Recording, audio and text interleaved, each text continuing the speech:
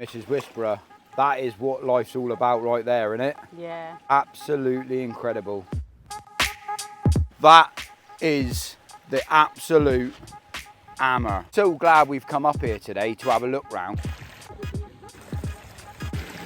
Absolutely incredible. It looks amazing, mate. I'm blown away. So this is more of acrylic, so I'm learning this style of a pond, and this is proof in the pudding. It's a man who loves his fish right there. So I like something like this. this is what we do at Pond College. We basically play around. And everything that you're seeing in front of you is available. The more surface area, especially if you've got aerators in at the bottom. And it completely outclasses a box pond. So you want slow water coming up through the wetland. That's what the biological stage is for. Sometimes I can pick her out. There's just so much going on here. It's unbelievable. Can I take the lid off for this? Yeah. Even with the dog in the water as well. On cue. You can have them with fire and just literally, it's like a fire topper. Wicked, mate, that is. So I just put 50p in the meter. The dream of having really in a garden. Every system that we're looking at is all available on your website as well. It's all plug and place, essentially creating that waterfall, and then it comes down between. We've got a network of professionals up and down the country, even all over the world. Obviously, some of your viewers will be in America. There's something else over there. This just keeps going on and on and on. What do you reckon of it then, Mrs. Whisperer? This is a nice, like, little...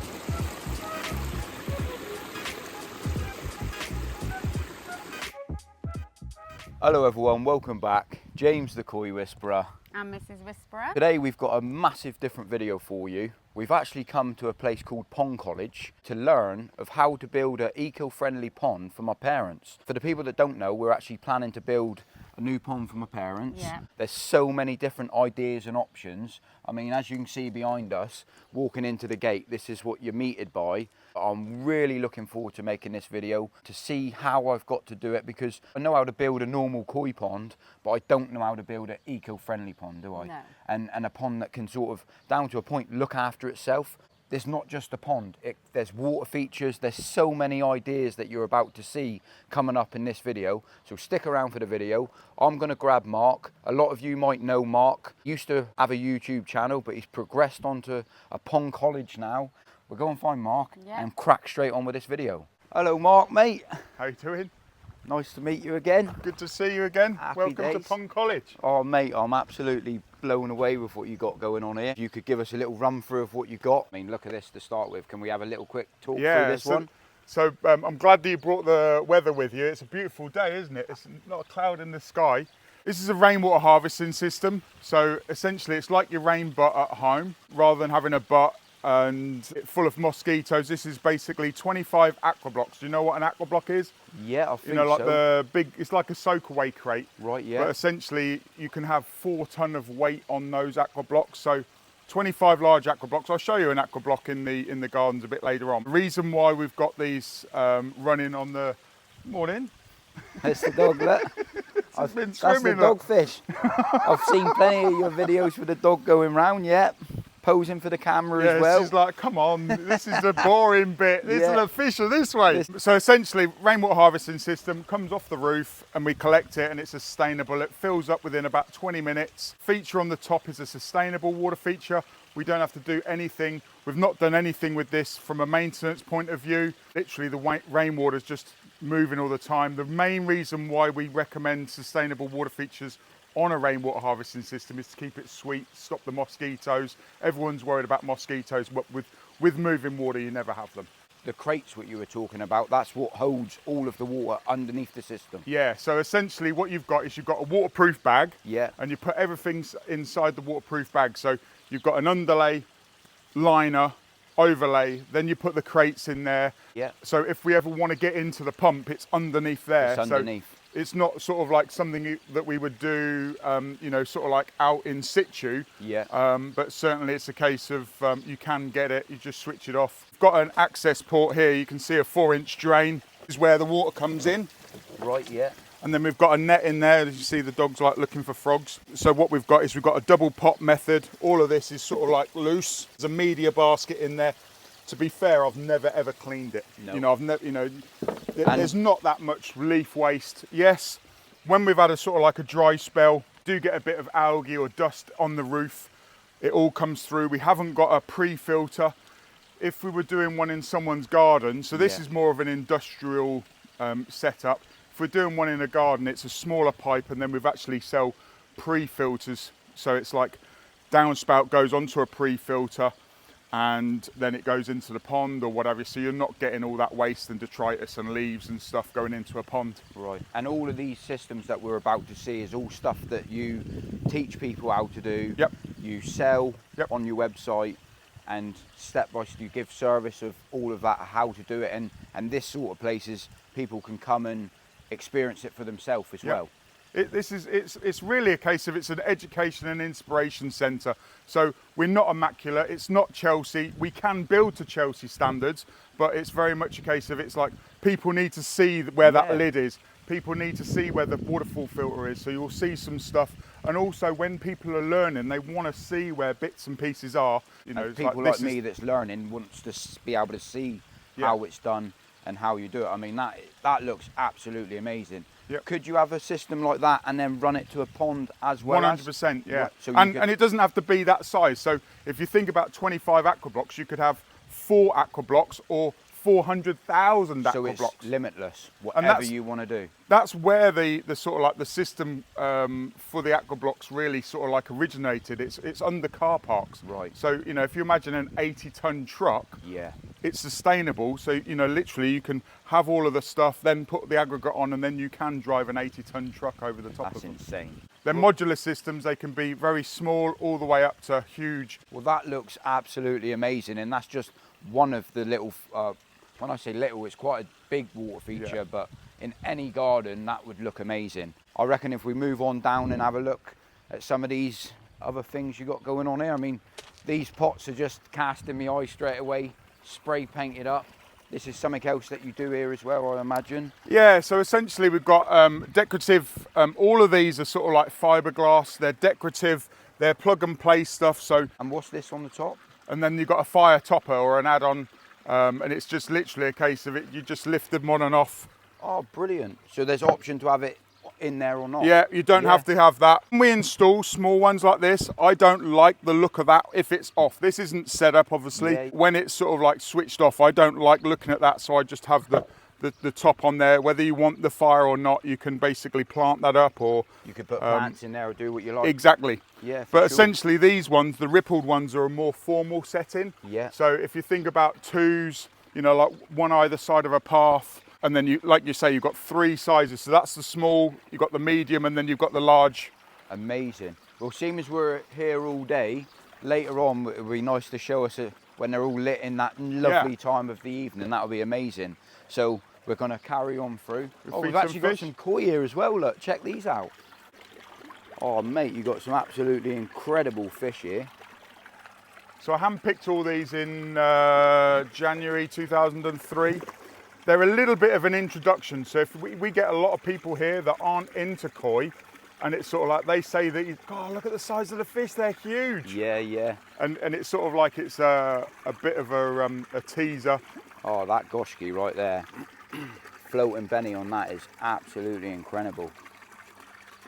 So this is a temporary system that I set up essentially to bring my own fish from home when my concrete pond cracked, and I had to bring them to work to basically be looked after by the guys while I went out to America. So 3 days before America, I was like, I've got to bring the fish here. And they spawned the next day as well. Oh, did they? Literally, they were spawning, and then I was flying out to America. I was like, oh, jeez. So we're just walking down through here. I love this as well. This looks absolutely amazing. This is all homemade as well, I imagine. You've done this yourself? Yeah, so actually Wayne did this. He's a contractor up in Manchester. He said, Mark, I've got a Tory gate for you. Where do you want it? I had no idea, and it was sort of like, you know, we knew we were building the Koi Palace, and essentially he said, well, rather than doing it here, it's not finished, lots of machines. And I said, well, what about a great entrance way, you know, welcome people in. We haven't painted it still. Yeah, and are you going to do it the red and the black? Yeah, 100%. Yeah, 100%. And we were thinking, you know, Wayne was thinking about putting tiles on the top or doing stuff. Yeah. And also another thing, what I learned when I was out in Japan is they've got to sign it. When they donate something to a garden, they need to sign it on the back side. Right, yeah. So I've said to Wayne, I want you to come to Pond College, we'll paint it, and then you can actually sign it on the back. top, So it was a donation, Yeah, and it's amazing. You know, I was like, oh my God, you know, he's donating his time, the materials, the whole lot. Going into any garden, it's amazing. And what you've done there is the entrance. Well, it caught my eye straight away. Once it's painted red and black, as you're a big lover of the Japanese stuff. Yeah, for sure, yeah. Red and black, you can't go back, as they say. There's just so much going on here, it's unbelievable. That is crystal clear, that is. Until the dog get in gets there in. and have a look at that. And look, check out the dogfish. That's a hell of a fish. The filtration side of things, where's your drum filter and your biological? We're literally, it's very simple. We've got a skimmer on one side and a biological filter on the other. So we've literally got skimmer on one side, pipe going round to the waterfall filter. That's it, no UV. We have got an aerator, but I don't like the humming. It's more for in the evening, you know, I switch it off when I get to work, move in the water, 2 air pumps to put air in there to stop the seagulls or the reflection on the surface, so it creates that boil on the surface. I mean, it looks incredible. And when you say skimmer, can I take the lid off for this? Yeah. So this is the biggest skimmer that we do. This is the 1000. It's got an 8-inch door, and literally it's a case of you've got a basket that you can remove. Just for your debris waste. Yeah, that you you literally simply close the door, Lift pick that the up. basket up, take that to waste. There's a Metalla pad in there as well, and then there's a pump, runs it round. So the pump is all inside of this box, so you can access the propeller if it gets blocked up or needs maintaining. Yeah. And there's a check valve on there, so if you switch it off, the biological filter doesn't run all the way back in.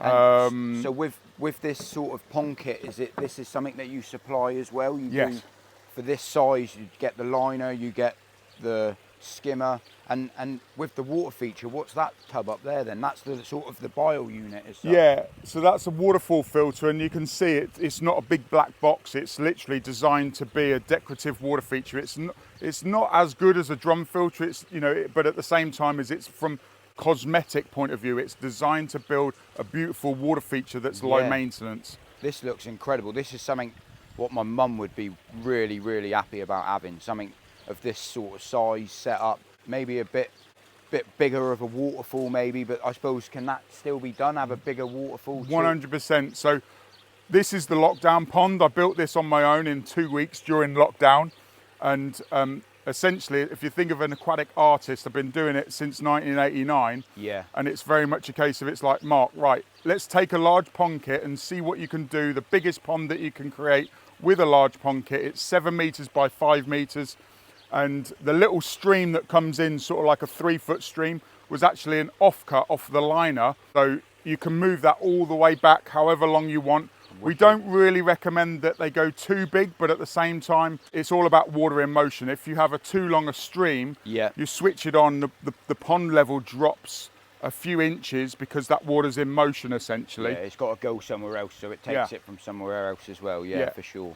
Let's say we've got a 5 meter by 3 meter, which is half the size of this pond, approximately. Yeah. You know, we've done 40-foot streams on those types of ponds, but what we do is we put a lot more aqua blocks in there, so it doesn't affect the drop. So if you think about a traditional pond like this, you've got a number of different shelves. Essentially, you've got a shelf at the top and it drops the pond dramatically. Where if you've got the aqua blocks, then you've got a bigger surface area on that, so it doesn't drop so much. It's hard to explain, but I can. Yeah, for sure. I mean, there's a lot to learn here. I don't think that I'm going to learn this setup in one day. To be fair, I think I will have to speak to Mark a few times. Might even get Mark down to have a look at what I'm planning to do, to show you guys what I'm planning to do for my parents. We might have to arrange something like that. Yeah, 100%. Just to give me a helping hand. I mean, it's more than appreciated. I've just noticed as well, you're feeding the koi some Cheerios. Yeah, Cheerios, and just a normal pond stick as well. For the people out there that say you can't have gravel in a koi pond, I can stand here now and clearly tell you that what I'm seeing in front of me right now, these fish are the happiest fish I've ever seen in my life. They are so relaxed. Even with the dog chasing them around. Even with the dog in the water as well. On cue.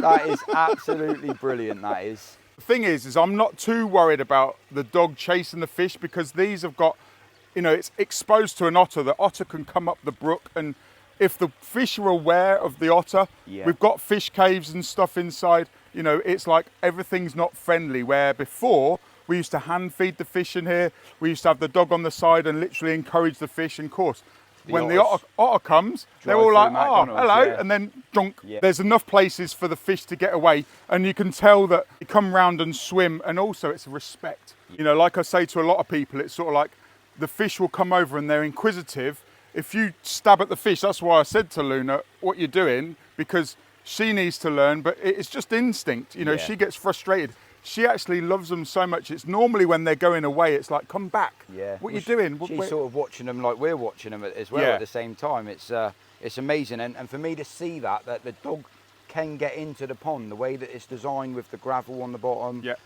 It's not going to rip the liner. Because my parents have got a farm dog, Rod Dog as he's called, he's bound to go in the water.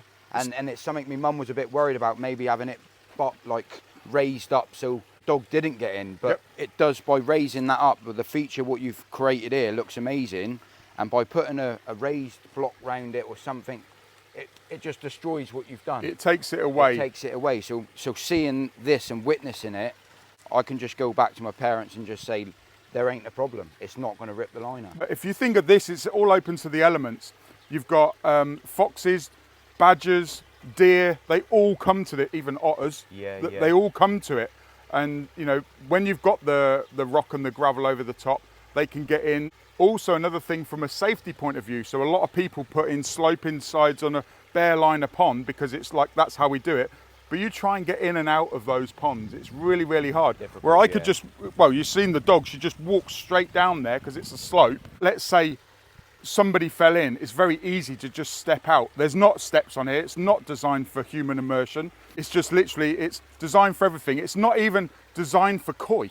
No. The koi are the little, you know, they're the sort of like the little bit. So I'm not too worried about the water quality in here. I'm worried it's more enjoyment. Yeah, you know, we haven't cleaned out the system. As you can see, there's a lot of waste in there. There's waste on the bottom because it's due for a clean. Yeah. But what we want to do is we want to show people all aspects. You'll see other ponds that are crystal clear. The weather that's here today, you could stand here all day, chucking food in, listening to that sound of water coming off there beats any shower filter, beats any water feature what I've seen.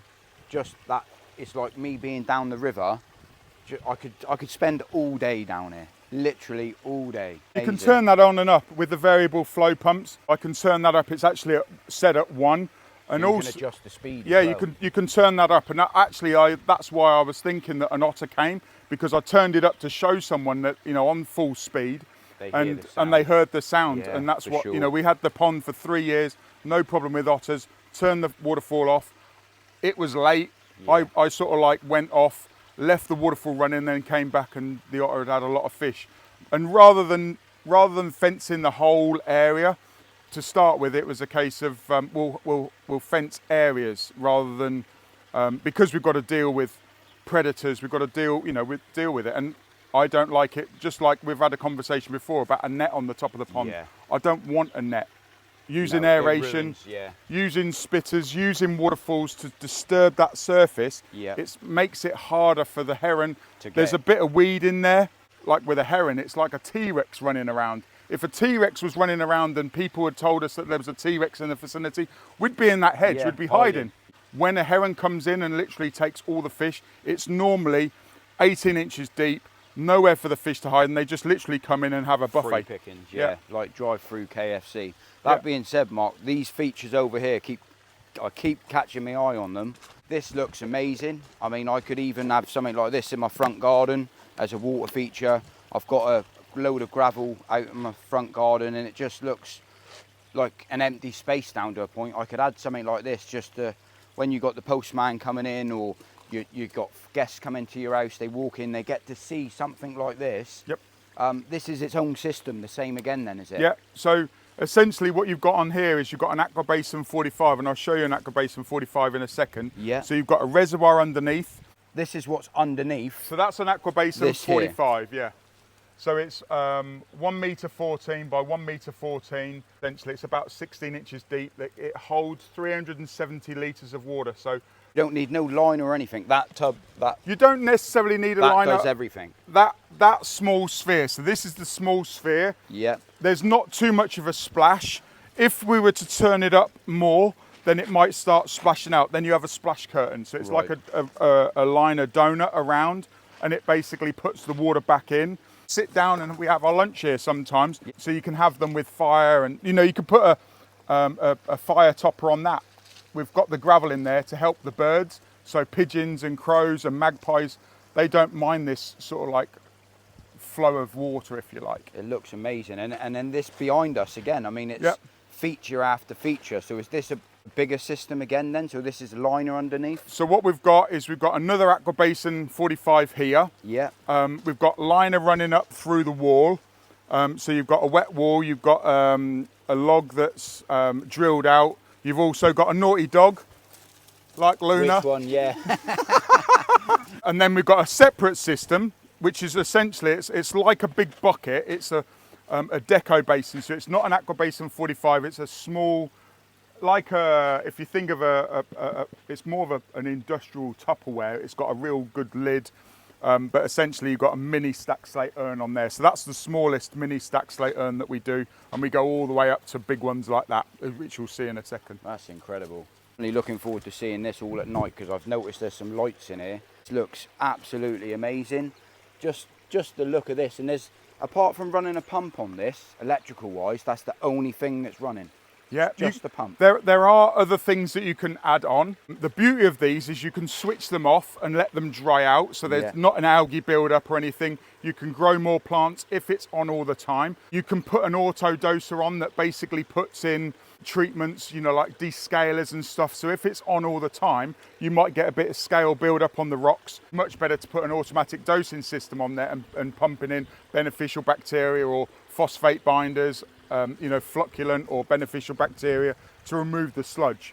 But essentially this is on an Aqua Basin 45 again. Yeah, it's just essentially a disappearing water feature, recirculating. These size boulders are team lift boulders, so 2 people can roll these into place. If you go much bigger than these stones, then they need to be machine set. This whole system again, every system that we're looking at is all available on your website as well. It's all plug and play. I had to put these boards in to allow people to go across, because when it was just black gravel and I made it look like a dry riverbed, people wouldn't want to walk across, and they were going, you know, like stepping over. So we just put the bits of wood down. It's great because I'm about journey, you know, taking people on a journey, up, down, round, different textures of, you know, gravel on the feet. It slows you down, it makes you think, and it's great watching kids running around here. For sure. And it's sort of like, you know, they discover stuff. We actively encourage kids to come and play.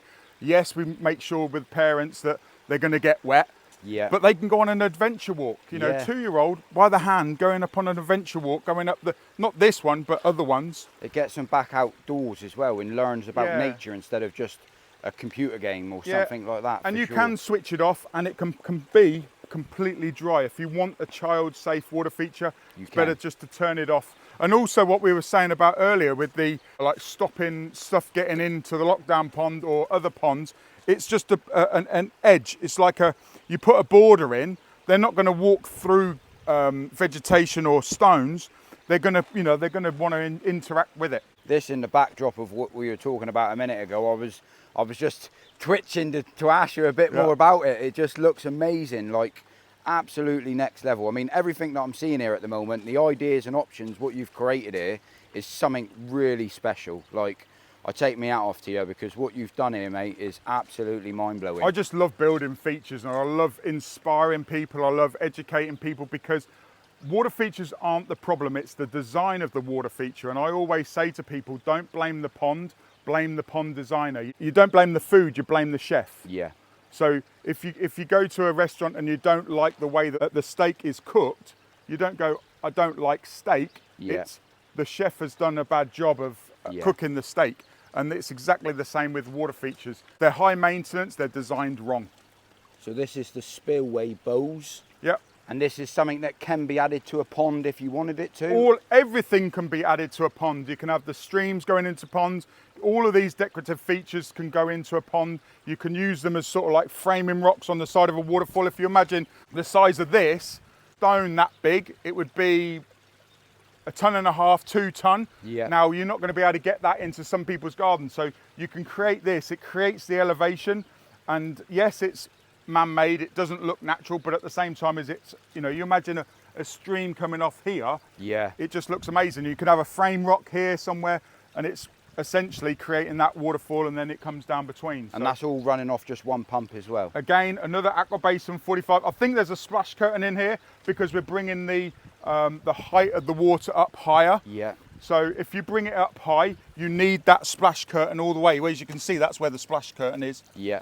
But if we were to turn that up, it would be splashing out a lot more. Yeah. So, you know, if you were to, let's say, put loads of moss and stuff on here, it would actually hug it a little bit better. But just the backdrop of that, any sort of garden or big garden, what you've got there, Yeah. you could add something like that for the birds. I mean, loads of people add like bird feeders and stuff like that, but they never think about the water side of things either. And it's sustainable. If you think about like grey wagtails love sort of like walking on here. River species of birds come into your garden, double the amount of wildlife in your garden. If you have the sound, you get double again. So you can have 4 times more wildlife in your garden with the sound of running water. Absolutely incredible. And all of these systems are available on Mark's website. I will be leaving a link at the end of this video in the description and in the comment section.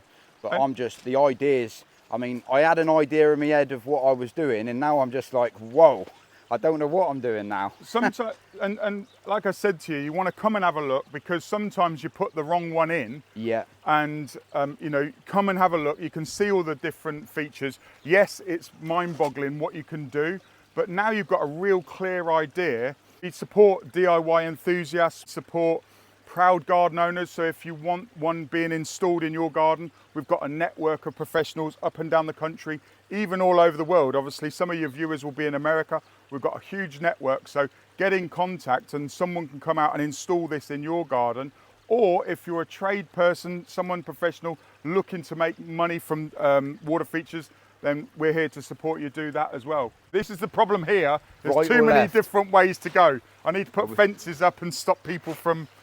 Oh, I think we got, this waterfall over here is catching me eye.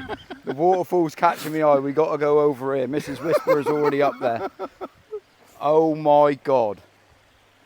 That is the absolute hammer right there. This is incredible. So, how long did this take to build, Mark? It takes about, so it's like a garden. They take a long time to mature and a long time to put in, but they're sort of like the hard element, you know, like the hard landscaping. You dig a basin, then you put the stream in. It's about 3 or 4 days when you've got a load of people that know what they're doing. It would take about 3 weeks for someone and or 2 people to build and install. So it's a 3 week build, I would say. And this here you could add to a pond. Yep. You could add this Instead of a- flowing into a pond. Instead at of the a bottom. basin, you could have a big pond. Like I was saying earlier, this is the 35-foot stream. You wouldn't want to put this on a 5 metre by 3 metre pond just because of the amount of water in motion. But you can make it go into a pond. Also, another thing, what you can do is you can actually put them by a waterfall, by a pond. So it's a pondless water feature next to a pond that looks like it flows into the pond. So you could literally have a pond liner and a pond there, formal koi pool or a swimming pool, you know, with chlorine and everything. Just spotted this over here. This looks the absolute hammer, but I think we should do, that's the last view, and we're going to talk about that looks, I mean, the shasuis I've just seen in there, and the dogfish is there as well. We got to, She's counting them. I think we'll go over to this side now and have a look, because there's something else over there. This just keeps going on and on and on. Absolutely incredible here, Mark. I am totally blown away. There ain't many times that I can say that I'm blown away. And you don't know where to look. And I don't know where to look. My eyes are just everywhere. What you've done here is amazing, and the ideas that you're giving me here is more than overwhelming. Like, it's much appreciated, mate, because to experience this and see it myself personally, what can be done and the right way of doing it. I mean, same again, all of this is just ran off one pump. Yep. One pump, and it's actually set at number 1, so I can turn this all the way up to 10. So I can turn it up and you'll see more flow. Yeah, we ain't got room to have this in our garden, but if we had a bigger garden, we would for sure. This is really nice. I like this. It is the absolute hammer. I mean, Just being turned up. it's turned up the flow of the pump, and now you can really hear that sort of natural river sound being down on your local river, coming down through. And it's optional, I suppose, Mark, and it's down to what you want to hear. So if you have guests round, you can turn it up, turn it down. 100%. So one of the key things for me is sound. You know, it really enhances your mood. And also, let's just say that you were thinking about having this in your garden. We live in a built-up neighbourhood, and it's sort of like people are worried about having these in their garden because of the neighbours. You know, the neighbours might not want to hear all the water feature and everything. They might not like the noise.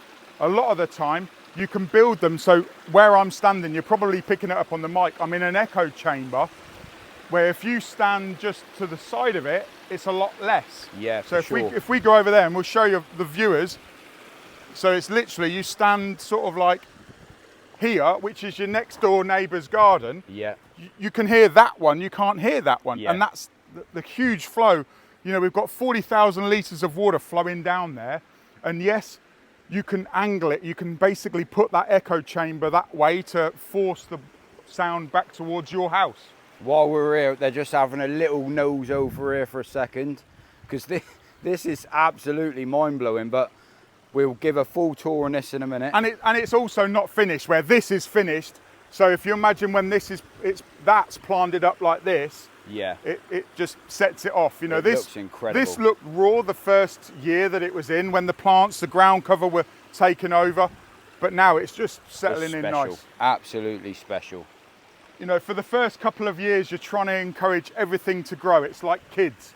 You try and get them to talk, you try and get them to run around, and then for the rest of the sort of like the teenage years, sit down, shut up. Yeah. So you're managing the plants. For sure, yeah. That looks, from this backdrop, that looks really special. Everything that I've seen here, Mark, though, mate, I think is amazing. The ideas and the option of that just shows what you can do. For a waterfall man-made, that is, well, I'm speechless. Here looks special as well. The options are just endless. This one here has got a little bit more blanket weed in. We all know we can get rid of blanket weed, but again, blanket weed is part of the filtration system.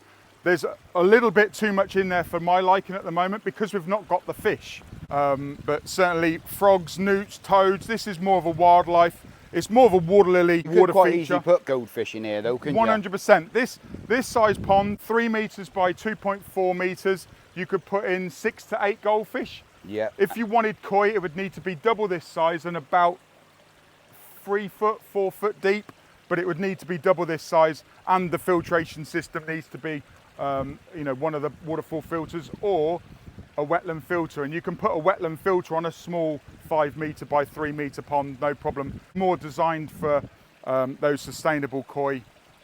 And I would keep sort of like 5 to 6 in a 5 metre by 3 metres, so then they're not cramped, they can live the lifestyle that they want.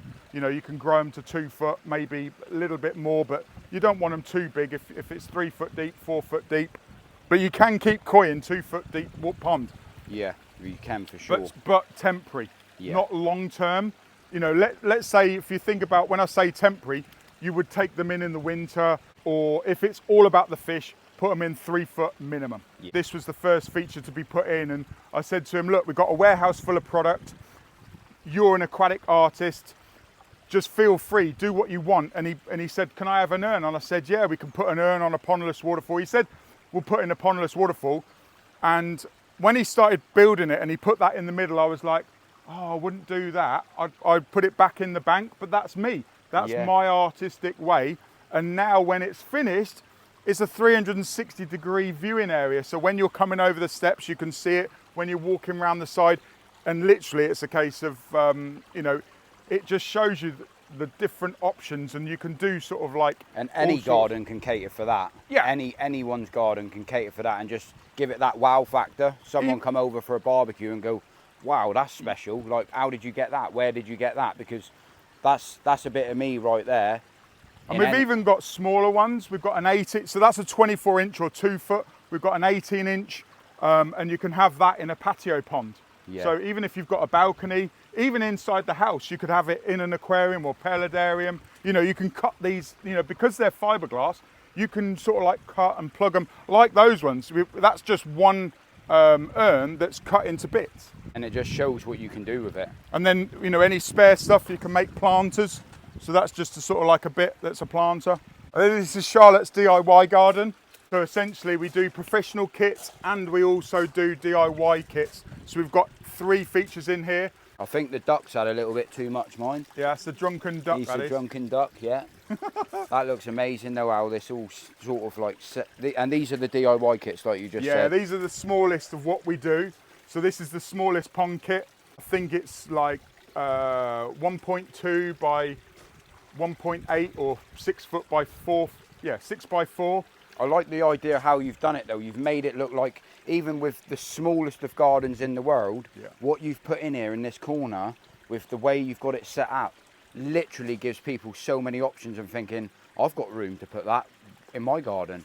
And the options are there. I mean, it really looks incredible. I mean, that could just go, not gonna lie, Mrs. Whisperer, that could just go in the middle of our garden with all the gravel we've got, take away that eyesore and give yourself a feature to look at. That sound of the water looks amazing. And it gives birds something, like we were saying, it's a sustainable bird drinker or dog drinker. That's a little bit high for a dog, but you know, like a bubbling rock, that's a beautiful dog drinker. You know, you can have them in your front garden and everybody's dog will come and drink from your feature. Yeah. Oh my God, while you were talking there, Mark, I've just seen the backdrop into here. This looks Japanesey, Zen garden-y. What's this called in here? See, this is the floating Zen garden. The floating Zen garden. Absolutely incredible. And what if you, is that a fire going on back there, or is it a... Sometimes I catch myself and I actually say the Zen garden's on fire, but it's actually ultrasonic. It's a mist maker. Wicked. And as you can see, the wind catches it. When there's no wind, the whole of that pond gets covered in fog. It just adds a different element. Again, you know, you imagine the dragonfly floating, it looks like it's flying on that fog. Looks incredible. As an artist, it's always, you know, these are all, we're playing around. So what we did is we, last year, the moss died on this, and we haven't sort of like mossed stuff back on there. So for me, it's sort of almost like we're playing around. We've not installed one this high in a customer's garden, but essentially it's just amazing for, you know, for the water feature, everything really. And can you have fish in a pond like this? Again, 6 or 7 goldfish, no problem. Really looks special. I mean, I've never seen a dragonfly as big as that before in a pond either, but that looks really, really incredible. Or again, another dogfish. Another dogfish. There seems to be a dogfish in every pond you've got, but it just shows how confident that you are with the product as well, that letting the dog into the pond, not 100%. worrying about liners ripping or the setup, how safe that is designed, that you're not going to get any leaks. I mean, I've still got to learn how to do that myself. Hopefully show you guys the way of how to do it. Mark's going to very kindly help me out and give me the advice and the experience that he's got. And yeah, I'm well buzzing to get this. I mean, the options are endless. You can play around. This is like, if you think about what I like to do is I like to break the gardens down and create rooms within a garden. That's why I put the bamboo fence around. What I designed this to be a Zen garden for me to come and work, rake gravel. Years ago, I used to think, why would someone want rake gravel in their garden? It's so high maintenance. Where now, I'm like, it's not about the maintenance, it's about you want to rake the gravel. The doing of it. You don't think about the past, you don't think about the future, you think about now. It's sort of almost like Tai Chi. You're just, you know, floating, doing all the... So it's not maintenance. You don't have to do it. You can see I'm walking all over the rake gravel and you can play around with it. The kids just love making sort of like different shapes and yeah, it's great. And yeah, I can imagine sat up there with the sun dipping in the morning like it is now. Yeah. Deck chair up there, chilling out, coffee, doing your work in the morning. With the laptop. Yeah. About 11 o'clock is the best time. You get full sun. There's a little bit of shade over there. And I expect your concentration levels in here, how peaceful it is. 100%. Well better and also than you're out the way. You know, the phones aren't ringing. Yeah. And you know, this is why I put this in, so I can see when people come. Yeah, for sure. Yeah. Oh, mate, absolutely incredible. And again, you could have koi. You could create this around a koi pool. You know, obviously, yes, 5 foot deep. You could have waterfall. You could have the filtration out the back. The options are completely endless. What you've got in here is you've got 2 pumps. You've got one in an intake bay, and then you've got one on a negative edge. And what you've got here is you've got it's sort of almost like a pondless basin. So here we've got 8 aqua blocks that essentially capture the water coming off the side of the pond. So a lot of people are like, where does that go? Where does that water go? Yeah, your water bill must be huge. And it's literally a case of there's a basin underneath here, and we've got a dipstick. That's to check the water level, what you got in the tank as such. That's exactly right. So then what we do is we basically have a look, and you can see that we've had that amount of evaporation. It's been lovely. We've not had that much rain, and you can see it's evaporated that much. There is a lot of surface area on this pond, so you do get a lot of evaporation, and you can see 20 centimeters or 200 mil is the water in motion. So when we fill the feature up, it can come to this height before the basin overflows. Then when you switch the pump on, it drops down to that height. So we know that that's the water in motion. Then that's the amount of evaporation. And you can see it's just essentially a dipstick just to see how much water's evaporated. If you need to access a pump, where is the pump to at the moment? So there's a pump in here. So essentially what you've got is this is the top of a pump vault. You've got a square pump vault lid. You move the gravel, you pick the lid off, and then you can get to the pump. It's a lot easier when one's not hidden. Yeah. And there's another one in here, and I'll show you this one because this is a lot easier to probably get to. But they're all accessible, but you can hide them, and it's down to, I suppose, your decision on how well you want to hide them for if you ever do need to access them. And you can see here, we expose this one every now and again. So this is the top of a pump vault. Yeah. And what we were looking through just then is an access port. This is full because it's like an intake bay. So you've got a pump in there that's pumping water underneath that arching log. There's a small waterfall filter on there at the same level as the water, so you're not creating that crashing noise. So you've got an intake bay which is designed for wildlife. Right. So if you're creating a wildlife pond, you want an intake bay. It's essentially, it slows everything down. If you're creating an ecosystem pond or a koi pool, you want a weird door that creates more of a torque. But if you think of a newt or daphnia or wildlife, essentially, they get sucked in. It's like a hoover. Yeah. You want to muffle that, and by doing an intake bay, you can muffle it all the way to here. So it's literally a 2-foot area. So there's nowhere, like baby newts can go over the top of the gravel. Daphnia can live on top of the intake bay because it's not being sucked down, and the pump is in there. So essentially you've got, and you could just take this lid off. We'll show you a dry one actually. Yeah, we'll show all the filtration, because I'm sure there's people asking the hows, the whats and the whens. All the filtration we'll show in a minute, and Mark will explain different sorts of filtration, what's needed. But to start with, just the pure pleasure it is having a look round of the options and the different stuff that you can do and design is, I think most people's just going to be blown away as much as what I am to see what can be done. Absolutely outstanding. Should we have a drink? We should have a cup of tea, yeah. I work hard so my koi can have a better life. Happy days. That's Cheers. So me and Mrs. Whisperer were absolutely blown away here with the setups that's available here at the Pond College.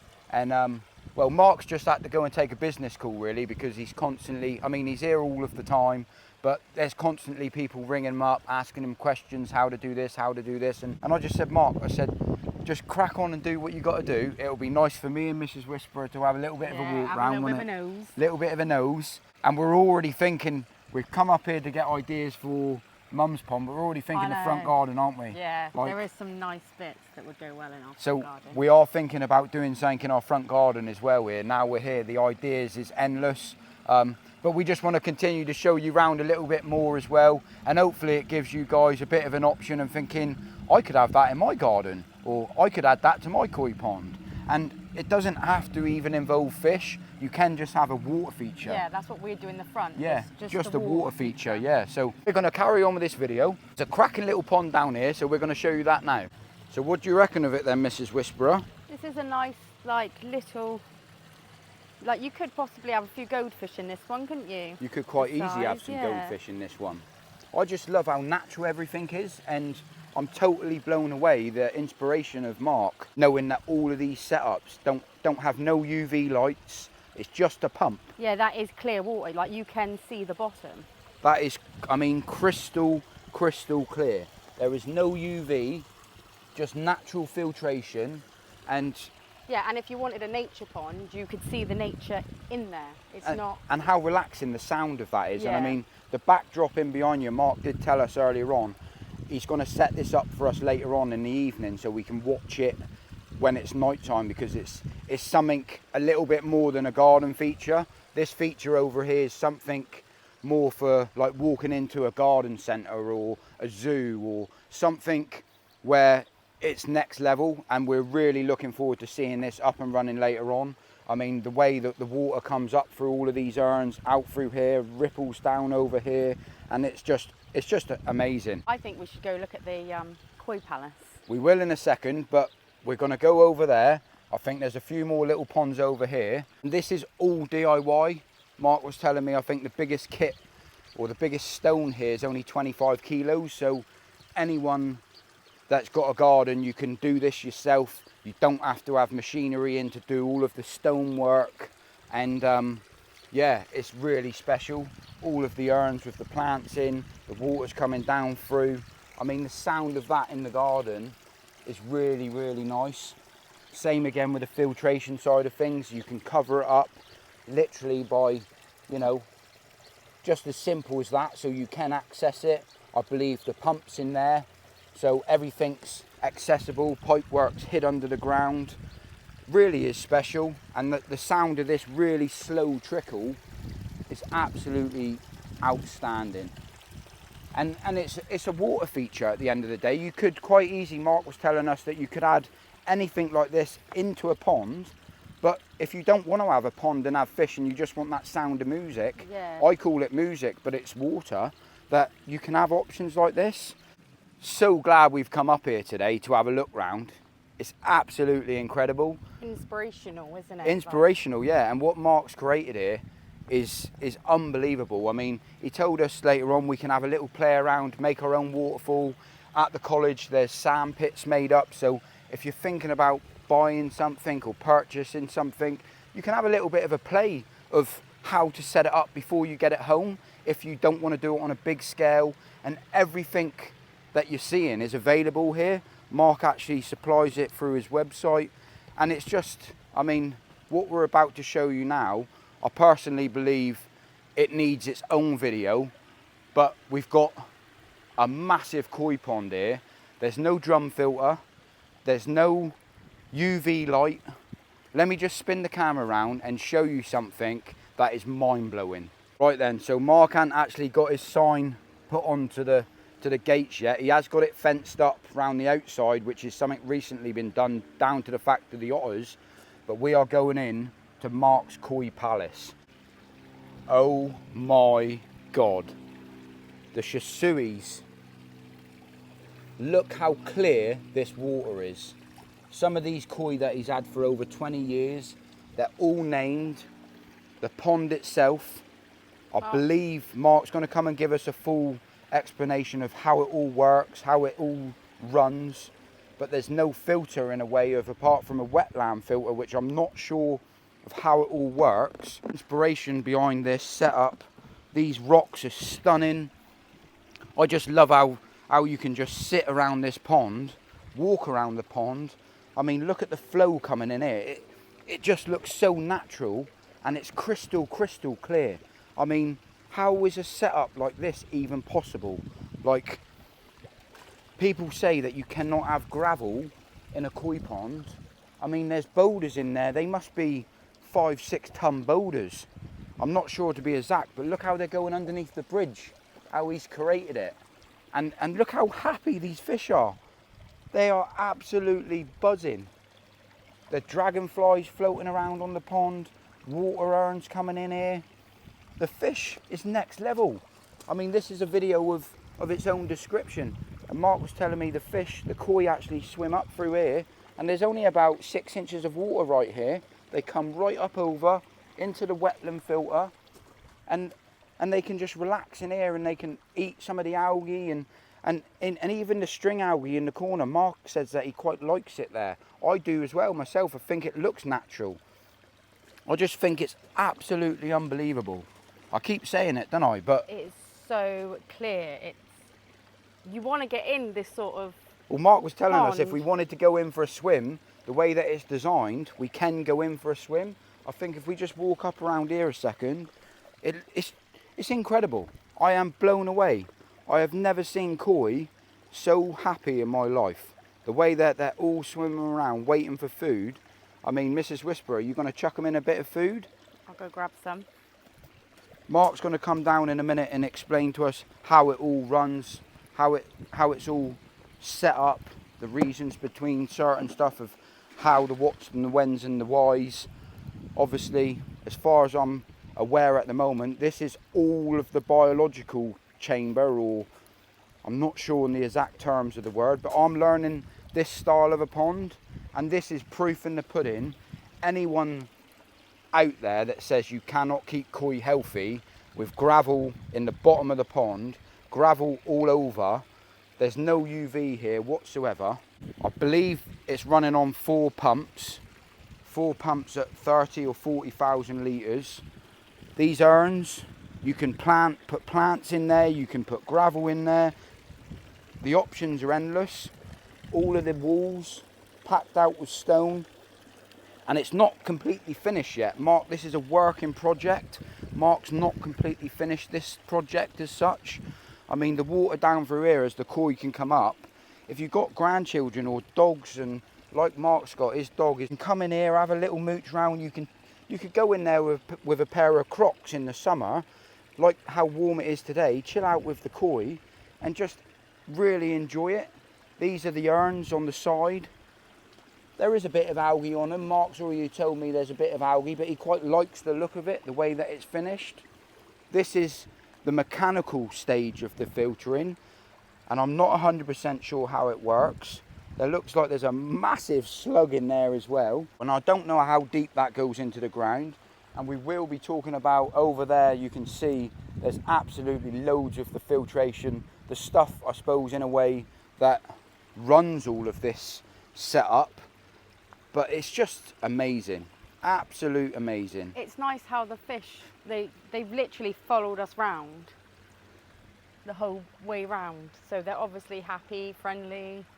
And it's just proof in the pudding, isn't Yeah. it? Gravel in a pond, if it's done correctly, if it's done right, and the way that the water's set up, the returns, the way the water moves in certain places. I mean, if you look at the flow coming through here, there is hell of a lot of flow coming into this mechanical stage of filtering.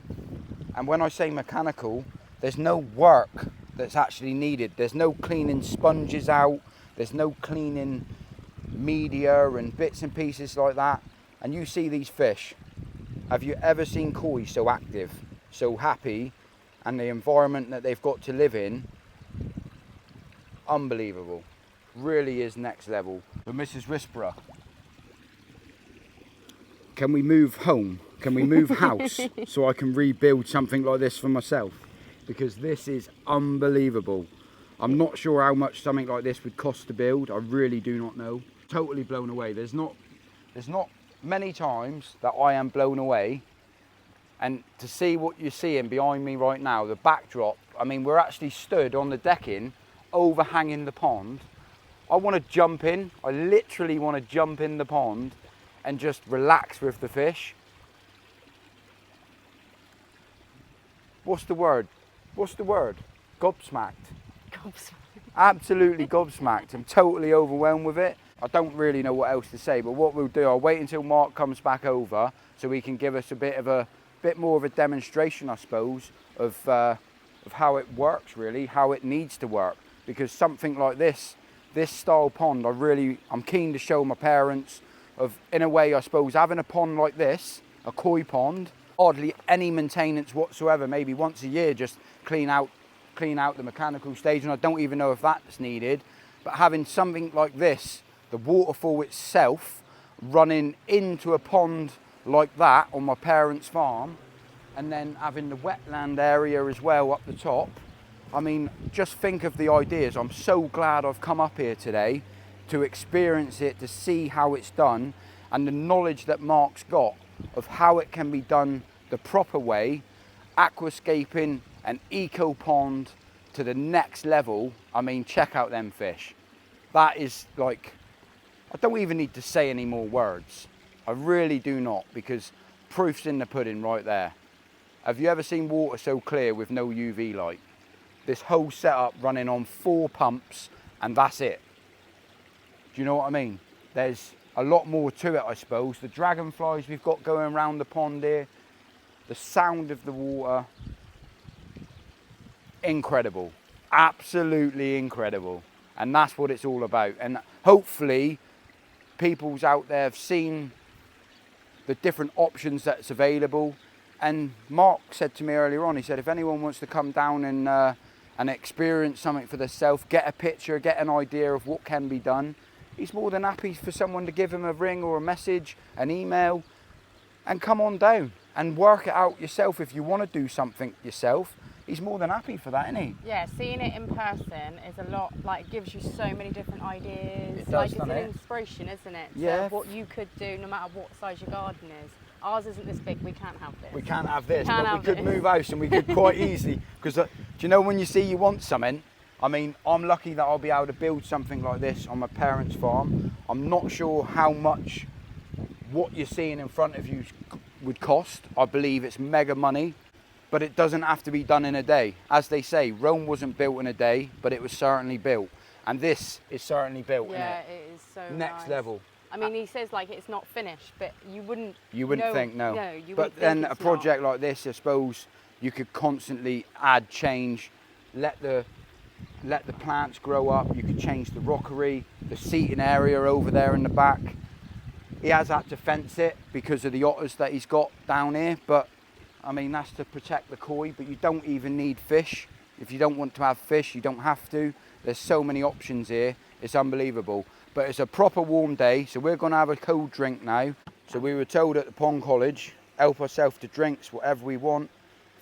Obviously full of cold drinks. I'll have a nice can of Coke, be very much appreciated. Or Fanta. Yeah, I'll have the Fanta. Absolutely lap that one down, mate. Thank your mother for the Fanta. Classic Fanta. Get on the Fantas. Mrs. Whisperer, that is what life's all about right there, isn't it? Yeah. Absolutely incredible. Are you sure you don't want to move home so I can build you something like this? Are you sure? We can't have something this size. Why's that? You know when I want something, I know, but your mum could. we can do it on me mum's farm Yeah. for sure. Hopefully she'll see this video and it give me the chance to show her what can be done. I mean, the levels of this pond, I believe it takes a lot of experience. I'm so grateful that Mark's willing to help us out, give us the knowledge that's needed to be known how to make a pond like this work to standards of what this is. And it gets, I suppose, in a way of me vlogging the pond that I'm building for my parent on the farm, step-by-step instructions people will get to see from start to finish, instead of it just being seeing what you're seeing now. You'll see it all come together. A little bit like how I built my first pond originally. I mean, I love the idea of this walkway. That's something that my mum was really keen on having to start with as well, wasn't it? Actually having the path across the middle of the pond. I didn't know how to do it. I didn't know if it was one big liner needed. You can seam weld the liner if possible. And everything that you're seeing in front of you is available here at the Pond College, down to pipe work, liner, underlay, all the filtration we'll get to in a minute, because it's a different style of filtration to what I'm used to using. Obviously, we're used to using like drum showers and backy filters and shower filters. This is a different style altogether, isn't it? Yeah, this is like a proper nature koi pond, isn't it? It's completely different style. I could just, to be honest then, watching that little clip, you were just totally blown away looking at the fish. You didn't even realise that I was still filming. I'm there giving it me yibbity yabbada, and it's just proof in the pudding how relaxing it is right here. It is very relaxing, and they're very welcoming as well, aren't they? Like, very, to let very you welcoming. experience what you actually are after. Basically, we got told by the owners here at the Pond College that do what we want, look round what we want, have a look, get a feel for it, get some ideas, and if we want them, just to go up and get them, because inside of the buildings, that the Pond College itself, and we haven't even got to that yet. It's just mind-blowing, isn't it? Yeah, they're here to inspire you. Like, they're not... Mark's already told me he's not here to push sales or anything like that. He's very much like myself, and he likes inspiring people into the hobby. And his number one key is the fish is first. Obviously, with a pond, the fish's health's first. But this pond is designed so you can actually swim in the pond yourself as well. You can actually. He said he might get in later on, didn't he? Yeah. I mean, if I didn't have to travel 3 hours to get home, I would totally jump in myself as well right now. But I'm just absolutely gobsmacked of how healthy these koi are, and the people that's always told me that you can't have gravel in a koi pond, and the koi will have problems and issues. I mean, this is proof in the pudding. I know I keep banging on about it, but check that out. Right there, we got a dragonfly, which is on film next to the pond, and that's how relaxing this place is. The sound of it, I mean, even with all the sound of the water features over there, you can barely hear them. I think the sound of the urns over here, I think that's the main sound of this sort of feature. There is air pumps in the pond if he wants to put them on, but Mark's very much like myself. He doesn't like that buzzing noise from the air pump itself, and this is just so relaxing watching these fish. I love how they can get in underneath here, underneath the bridge, or the deck in the seating area, and it gives the koi a little bit of shade if needed. But I'm just blown away with how a pond can be so clear without a UV light on it. Just down to the biological filtration, the ecosystem looking after itself. I believe that's one of the access points to maintain the wetland filtration, and I'm not sure on how this is set up or how much gravel's in this system. I'm not sure those exact terms, but Mark will come back in a minute and he'll give us a bit of a demonstration on it. But it's mind-blowing. Some of these fish is his own fish from his personal collection, 20 years old, and well, look at them. Mind-blowing, absolutely mind-blowing. Mark also said all these fish have actually all got, he's named them all, haven't they? Every fish has got a name, yeah. They've all got a personality, a name. Mind-blowing stuff. So I just wanted to show you some more of the setups that's available here, up and running. I mean, this style, you could have a few goldfish put in, the water feature coming down through. It's just endless, the amount of options that's available, what you can do with these products, even on such a small scale like this. If anyone's got a raised planter in the garden, you could quite easily add something like this and just open up your options. Well, you imagine the birds coming in with that water feature just sat there on the side. The sound of that is just so relaxing. There's so many different scapes here, loads of different demos set up, bits and pieces. It's unbelievable, absolutely unbelievable. You have any garden can cater for something like this in the garden, and it's all DIY. You can do something like this yourself, very, very easy. Here at the Pond College, I mean, it's next level. It's just recycling the water over and over again on a smaller scale like this, for instance. I mean, look at that. We could have something like this in our front garden where we built the raised planter as such to get rid of all the earth that we took out from the front of the back of the garden when we was building our koi pond. You can quite easily add something like this to it. The option, what we could have in the front garden, which I'm definitely going to be doing now, the inspiration of seeing all of this set up. You imagine the postman walking in every day, or any delivery that we get, walking in every single day and seeing something as fantastic as what this is, with just recycling the water down from there up to there and the rocks around it. It's just really inspirational, and the whole system just runs off pumps. Literally no UV needed, no UV required. Unbelievable. Imagine you've got kids and you set something like this up. It's completely safe for the kids to go out and have a play around with these systems and put their toys in there and have a little bit of a play in the summer. Yeah. It's just brings at a whole new level to add to the sound of the introduction of water, and you don't have to keep fishing there. You can just have the sound of the water. Really is special. I love it. Absolutely love it. Loads of different options. And Mark's got it all laid out, so if you do come down, you can see what's needed. What, you know, this kit, for instance, what you see there, what comes with the kit as such. You know what you're getting. Do you know what I mean? And obviously the rocks and everything's that there's available to pick and choose what you want as a person, how you want it to look. This is just different ideas of what it can look like, and it's limitless. You can do whatever you wish. The idea is what it's all about. Fantastic. Mind-blowing, isn't it?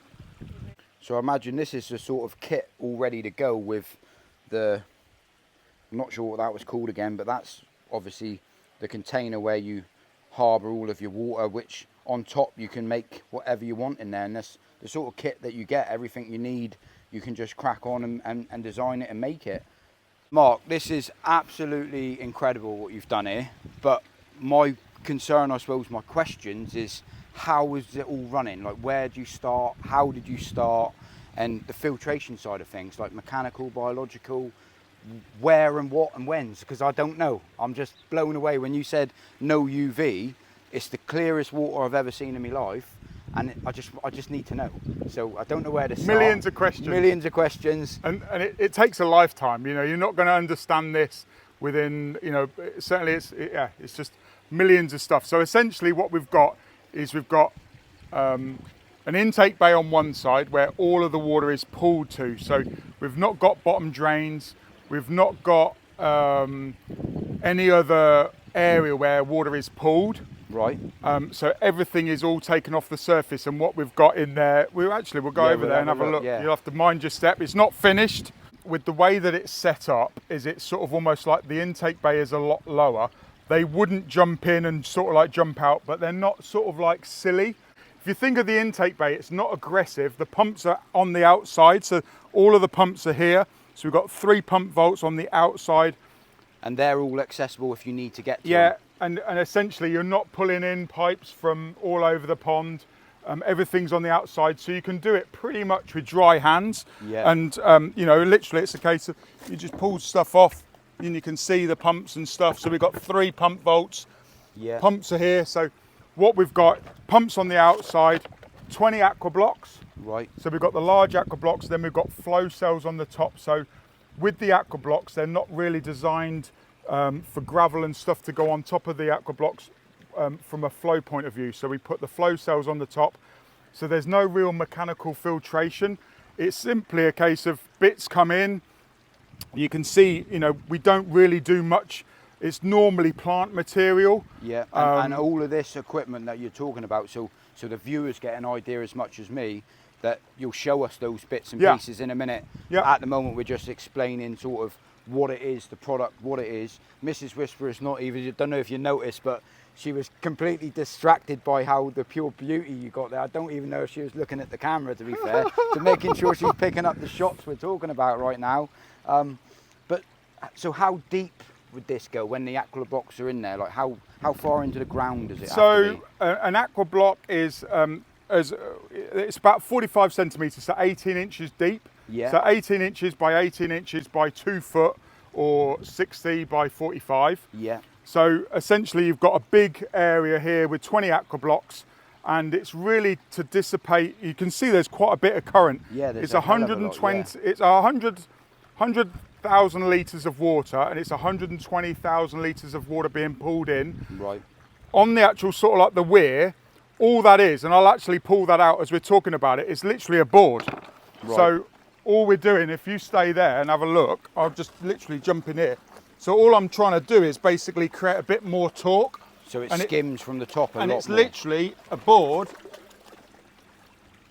and then that allows more, so you don't have to have it as you know, a board so the fish can swim in, blah blah blah. I just like that bit extra torque for sure, to pull more in. And Mr. Slug's just had a bit of a Yeah. rude awakening with That's that a intake. tsunami. Tsunami coming through, yeah. So you can see now how much that's sort of like choked down. It's sort of like 120,000 litres of water coming through there.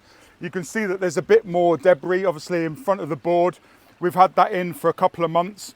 So But if I was to have a system like this myself, just so I would know, would this have to be deeper than what the main pond is, or does it doesn't have to be? this is actually more shallower. This is shallower and it still will work. Yeah, essentially, it's all a modular system, so you don't need 20 aqua blocks. Yeah. You don't need, you can do an intake bay with one pump vault and one aqua block. Yeah.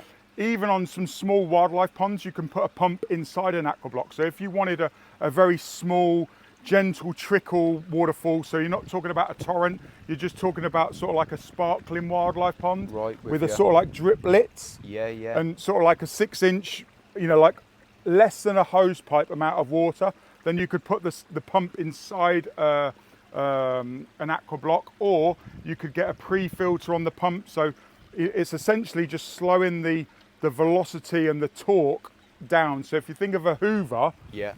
the pump's like sucking, you just basically dissipating it over a much bigger area. As you see how much, obviously now it's the same level, it's not a negative edge. Yeah. And that's simply just down to evaporation. And that's the first time I've pulled that out, because when the pond's completely full, it's roaring through and it's still stable. Where now, because we've had the evaporation, we've had lovely weather, now pulling the board out, it's actually doing the same thing. But if you imagine if the water's up 3 or 4 inches higher, Yeah. you're not getting that torque, Same because pull, yeah. it's coming from There's a big more, area. yeah, So then for you sure. block it all up, and then it's So it's does good. anything like this ever have to be cleaned out? Do you have to get a pond hoover You in there? can. but You doesn't- don't.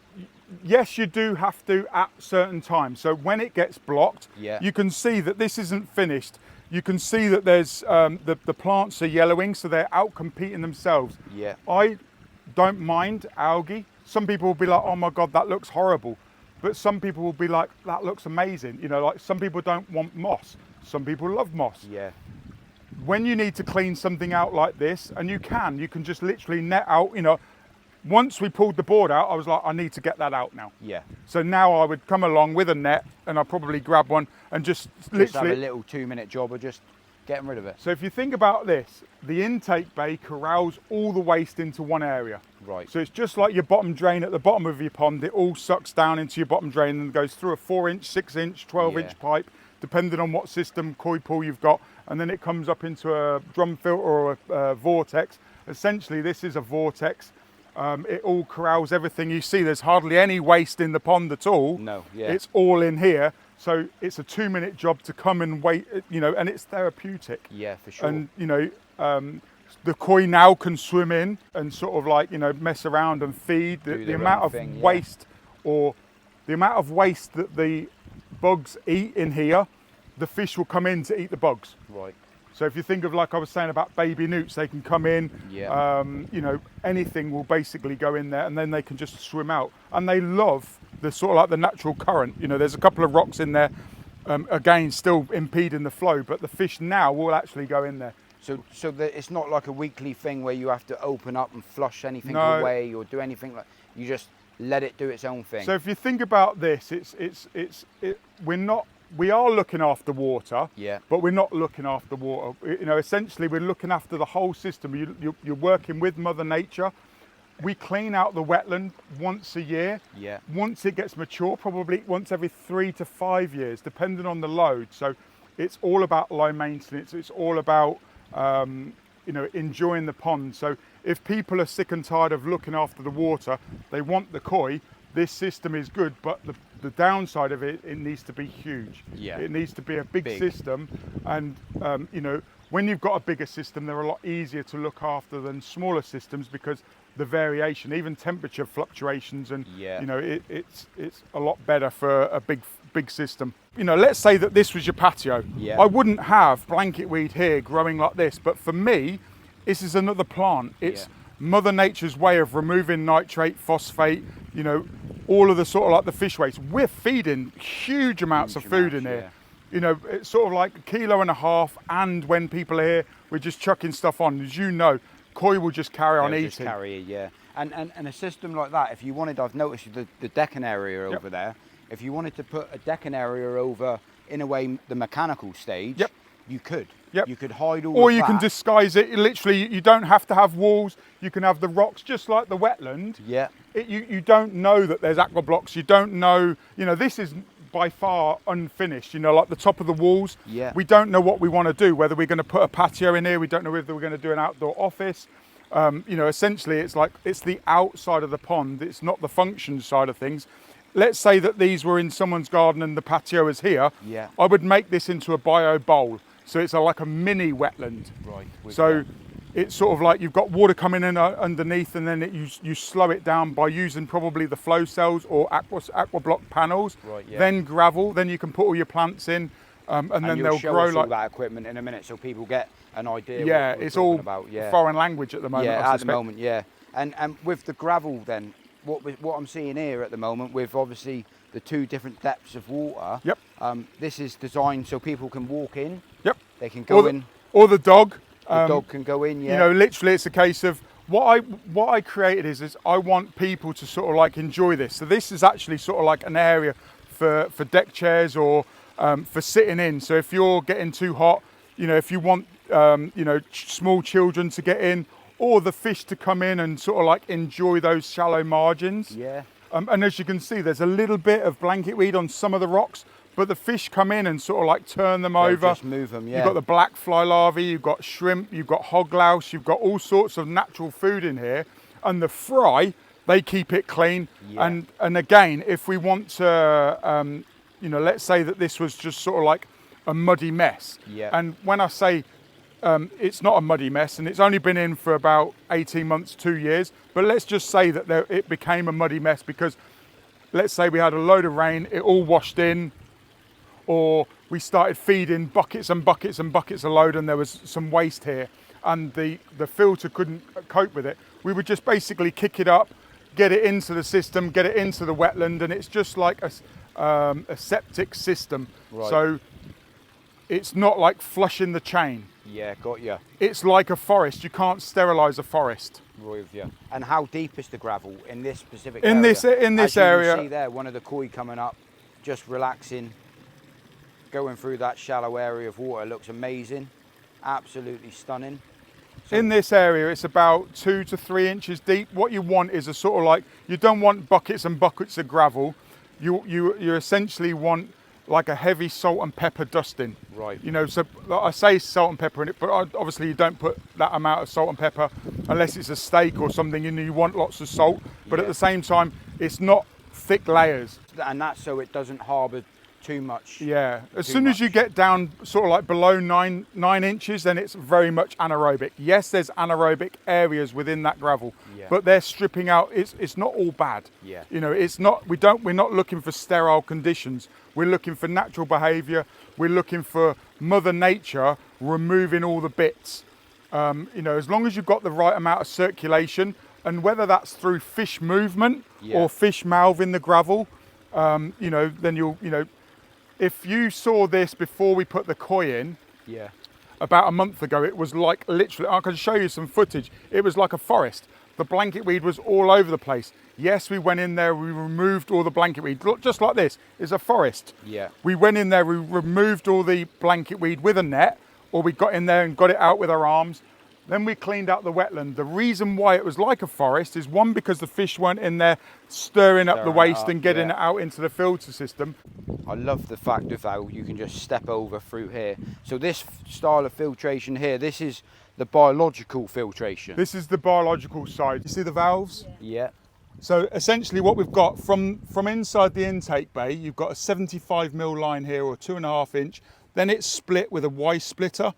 So then we've got two lines, and you can see one's closed a little bit, which allows a little bit of water to come up one side, and then most of it the other side. So we've got 40,000 litres of water coming up through the wetland. You see the fish. I just saw one fish come out from there then. So the babies just love it in here. Yeah, nice, safe and protected there. Yeah, so what we've got is we've got one pump feeding the wetland underneath. Yeah. And then we've got another one feeding the walls around the intake bay.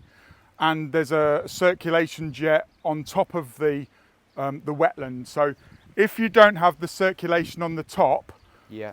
you know, the fish sort of like get in there and they love playing with the flow. So it's like a koi treadmill, if you like. If you don't have that, then it's a different system. You'll get a bit more blanket weed. You can see here that the blanket weed is sort of like not attached to the stones, but it's natural. I can come in here and just net that out if I wanted to. This is sort of like your Hoover bag. Yeah. If you want it clean on the top, you just come in and net it, but it's more sort of like gardening. You Right, can with see you. on this stone, there's a bit of blanket weed growing, but the fish can't get in there to sort of like, you know, eat it and break it down. And something like this, for instance, is when I build my mum's pond. Yes. Is this essential that if I had a waterfall, I'd need this as well as. As system. you know, you always need mechanical filtration, sure. or you become the mechanical filter with a net. Yeah.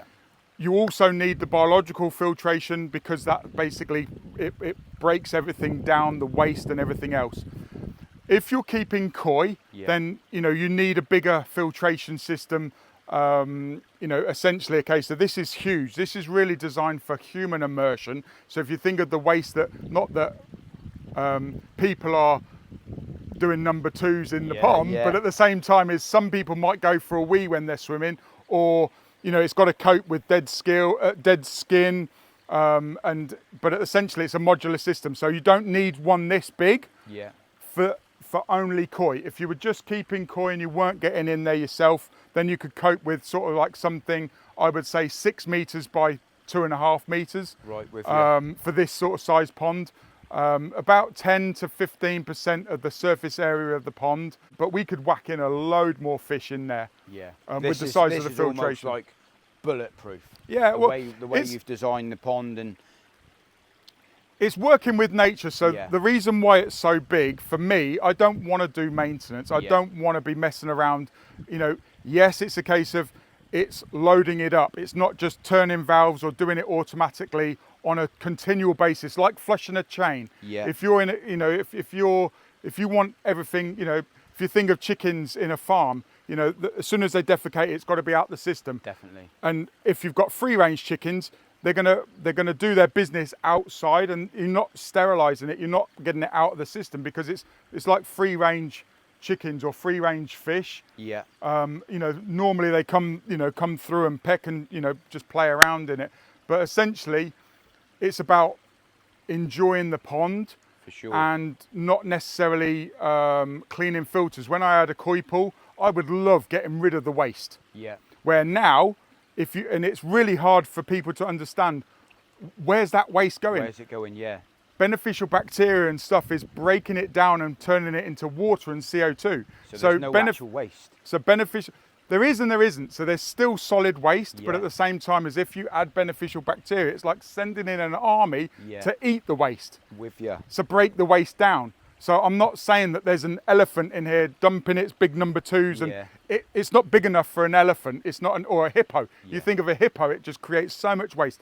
But it could be that a wetland filter is designed big enough for even a hippo. Right. That's amazing. And what I love about it the most, the filtration is part of the pond. Yeah. Like the fish.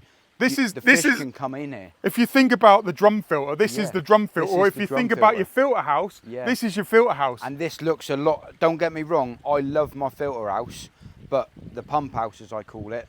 But this is a lot more pleasurable to look at in a garden than what it is pipe works, electric boxes. This is just so peaceful in itself. As in a way, it's a filter pond. It is exactly. It's like a nursery pond for the small fish. They're Yeah. out of the way of the predators. And If you there's think something- about the dragonflies, Yeah. you know the dragonflies. This is sort of like if you think about replicating nature. Yes, it's a saltwater system, but if you think of the Great Barrier Reef, you know the sharks get in there and they want to spend. You know, if this is the warmest water on the site. Yeah. You know, it's all off the surface, and it's literally a case of it's just lovely to sit in there. I like the idea of the koi can come and pick and choose Yeah. that. If it's like in a tank where I've got my fish, they're in a box, in a way.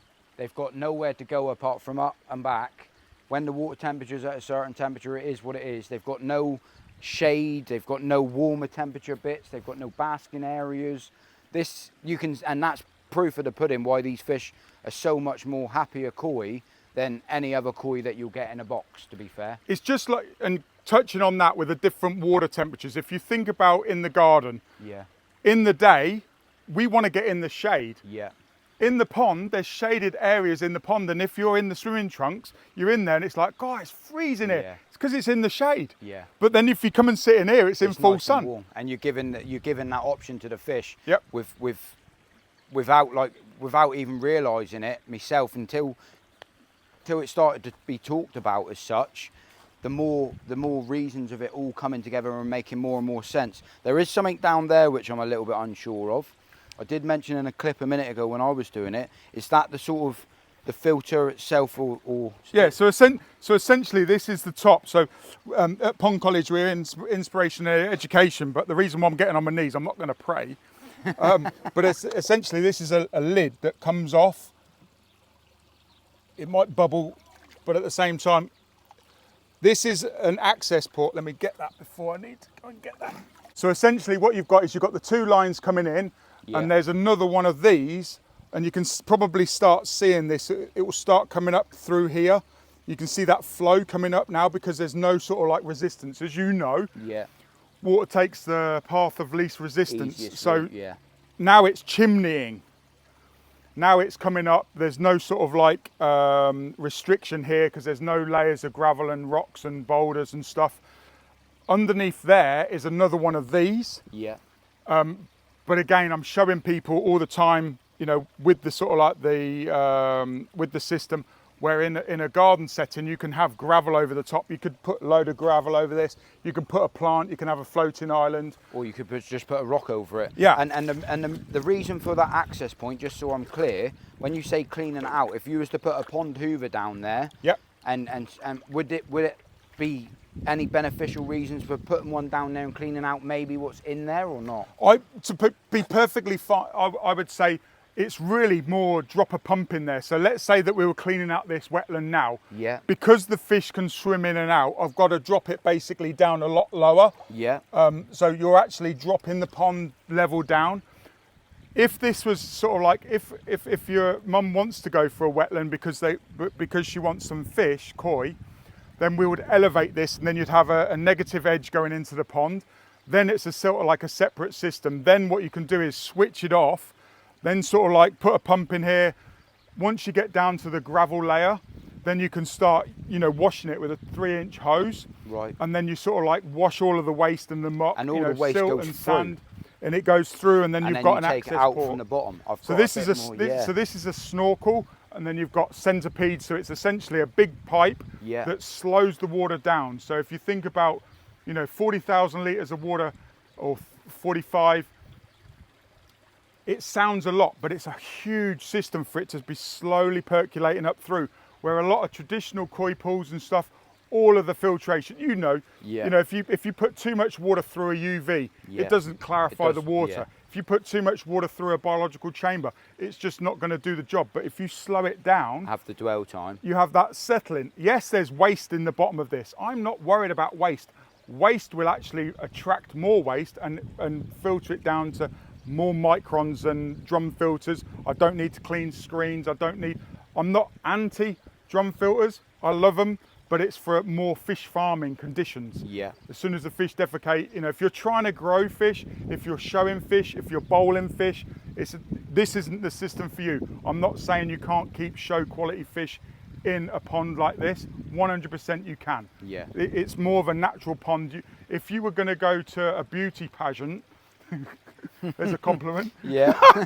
I wouldn't say go and live in the forest for a few months before. Yeah. You're going to get scratched, you're going to get nicked because you're playing around in the forest. Yeah, for You know, sure. but for me, it's sort of like, I don't want to create an environment where the fish isn't going to bash itself up. You know, sort of like, I wouldn't want to be kept in a sort of like a cell. Not that I've got to be careful with how I use the terminology. No, I completely get what you're saying. But I don't want to be kept in a padded cell. But at the same time, as if you're taking a fish to a show and it knocks itself the day before, Yeah. or when you're trying to net the fish, not that they're, you see all the dragonfly. I'm getting Definitely. distracted. It's like squirrel. It's just this, and So they're over depositing. They're and that's common what you darters, they are. get compared to a pond like this compared to a box pond like mine, for instance, even though I love my pond, but seeing this in-ground pond, seeing the koi viewed from above, how happy they are. I mean, if you've got the room in a garden, I mean, a lot of people do struggle with room. They wouldn't be able to have something of this size. Yep. But like my parents, for instance, on the farm, they could have something of this size, and it completely outclasses a box pond where the fish have got nowhere to go. The options where you're completely like looking at that plant, looking at the dragonfly, looking at the koi, relaxing, going on. It's just limitless, your eye option. There's no TV needed, there's no radio needed. The sound of that running water is absolutely amazing. And you can play around with it. The reason why I put drinker there is for the ripples. Yeah. Everything starts with a ripple. Definitely. And just that sort of like ripple, that's the reason why I put it in. And one, on the other side of the pond, you've got a lot more noise. I did have some water coming down here because I wanted to see whether I wanted the noise. So I literally had a pipe coming over the top of this stone. So there's a pipe down here. You can see that vortex. I can see, yeah. That's so that water's coming in. That water's coming in on top of the wetland. So you could put that all the way down the bottom, but then you're not going to get that settling. You're going to get that chimneying effect through the gravel. So you want slow water coming up through the wetland, and then this is just really more for circulation. But let's say that you wanted a waterfall or a stream coming in, you'd have that water coming in there. And you've even got a little whirlpool going on there at the moment. And that's what the fish love. Yeah. They want them currents. They'll come in here and sort of like kick against that koi treadmill and then sort of like go away and... Water beetle just went underneath there. It's lush. So just, I suppose, of a pond of this size... Yeah, the fish has come in to see us, look. There she is, yeah. So a pond of this size, how many pumps is it running? We've got 4 pumps. So it's 120,000 litres of water.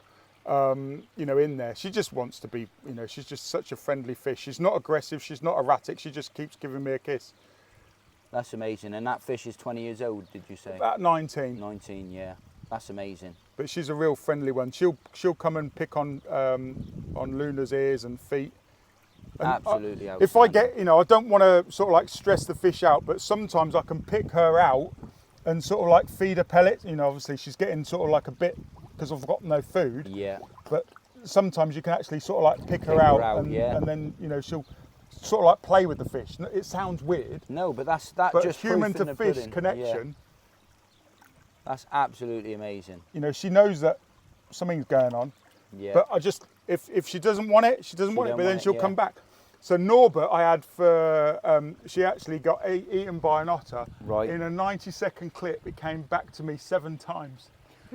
So it's like, but at the same time as I know whether she's in the right mood or not. But she knows me as well. She probably would turn around. It's sort of like, if I ignore her, she'll probably come and... See if you know the whisperer. Definitely don't. No. He's like, I'm not having him touching me. He's my boyfriend. Yeah. Sorry. Brilliant. That's amazing.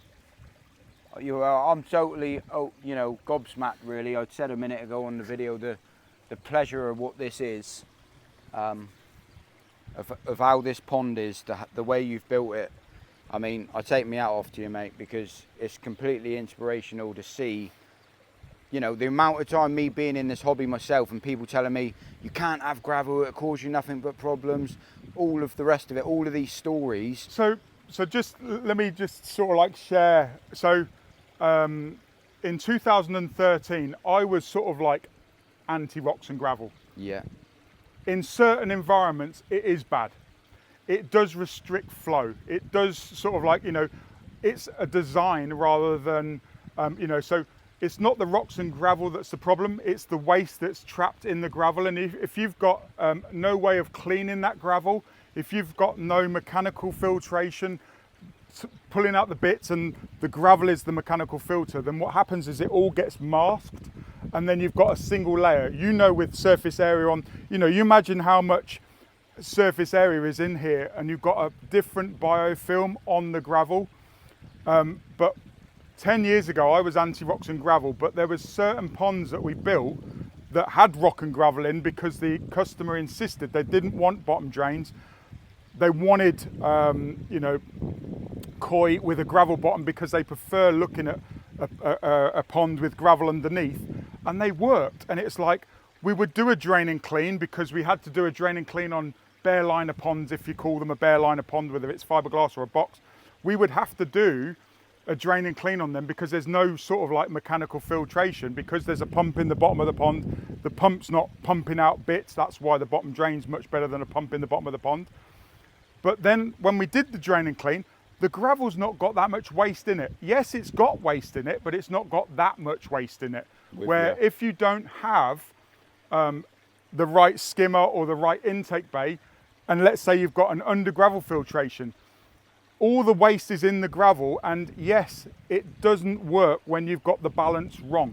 You know, if you've got a skimmer on a pond and you've got under gravel filtration, or if you think of a wetland, it's upflow filtration. So upflow is much better for me than downflow. If you've got a suction grid on the bottom of the pond, it still works, providing you've got the mechanical waste. You know as well as I do, biological doesn't want bits.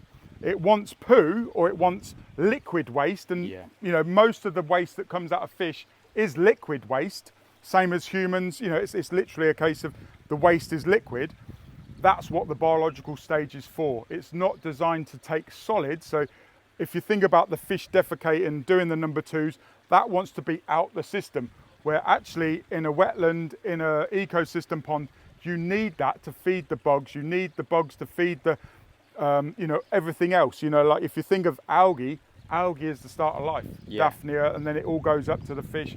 Then humans eat the fish, not all humans, but you know, but that is the food chain. It's amazing, absolutely amazing. So I think, to be fair, all of the equipment that we've talked about with the underneath gravel systems and what they're actually called, I think it would be a good idea if we actually show people the behind the scenes of what you can't see, what it looks like. So I get an idea as well, because I'm a little bit mind blown of what it all is, how it all works, and to see it in person in like underneath here, for instance, I reckon that would be a good move to put onto the video. So, and that's the engineer in you. What I want to do is feed the fish. Yeah, definitely. So this is me in my happy place, you know. So I always say, you know, in the book that I've just written for, you know, helping people, if you want to make money, or if you want to, you know, fulfillment, prosperity with water features, writing a book. And in that book I said, this is the question that you have to ask yourself, is it, I'm happy when, or finish that question, I'm happy when I'm feeding the fish, or that noise, you know, that's a happy noise. Definitely. And, you know, you can't sort of like force that. And it's sort of like, for me, it's that, you know, I want to just interact with the fish. So I'm happy when is what you've got to ask yourself. And they absolutely love the Cheerios by the looks of it. Yeah, they do. We don't feed Cheerios all the time. It's really a case of, it's more of a treat when we've got guests here, when we've got people come in, and we are open to the public. It's literally a case of, you know, you just need to let us know. It is appointment only, it is a working farm, but essentially a case of, we feed them a whole array of all sorts of things. Let's go and have a look at the mechanics of it all. This is something obviously we couldn't see because it was covered in gravel, but that's right. I think it, for the viewers, it will be a good option for them to see what it all looks like. So what we saw in the wetland, the lid that I took off was one of these, and that's essentially sat on one of these. In that scenario, we've got the snorkel, which is essentially the clean out port with an extension. So essentially you've got more gravel and more aggregate on top of the snorkel, because it's a bigger one. You can have more layers of rock and gravel. At the bottom here, you've got the centipede, all modular. So essentially that fits into there. And this is the standard wetland. So you have 7,500 litres of water coming in from this side, and it slows it down and it percolates up through the aqua blocks. So 16 aqua blocks on the standard wetland. The profile of a standard wetland is 3 metres by 2.4 metres. So you essentially dig a hole for your wetland, then you dig a trench in the bottom for the centipede. The foot of the sump of the snorkel goes into the base, and then you put your 16 aqua blocks on top. So essentially the level of the ground is like this. You backfill with cobble and boulders to essentially fill in the void. The reason why I like using the centipede is because it slows all the water down.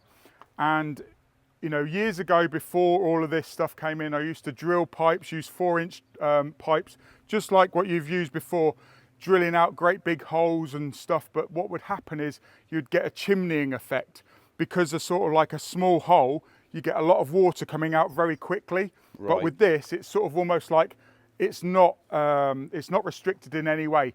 Like I was saying about the chimneying when I took the lid off, it was chimneying up the snorkel because there's no resistance, where the resistance is actually the gravel, and it gets essentially, the bigger the wetland, the slower it becomes. Right. So you don't want to power through a load of water and it's more water, because then what will happen is you'll get that chimneying effect.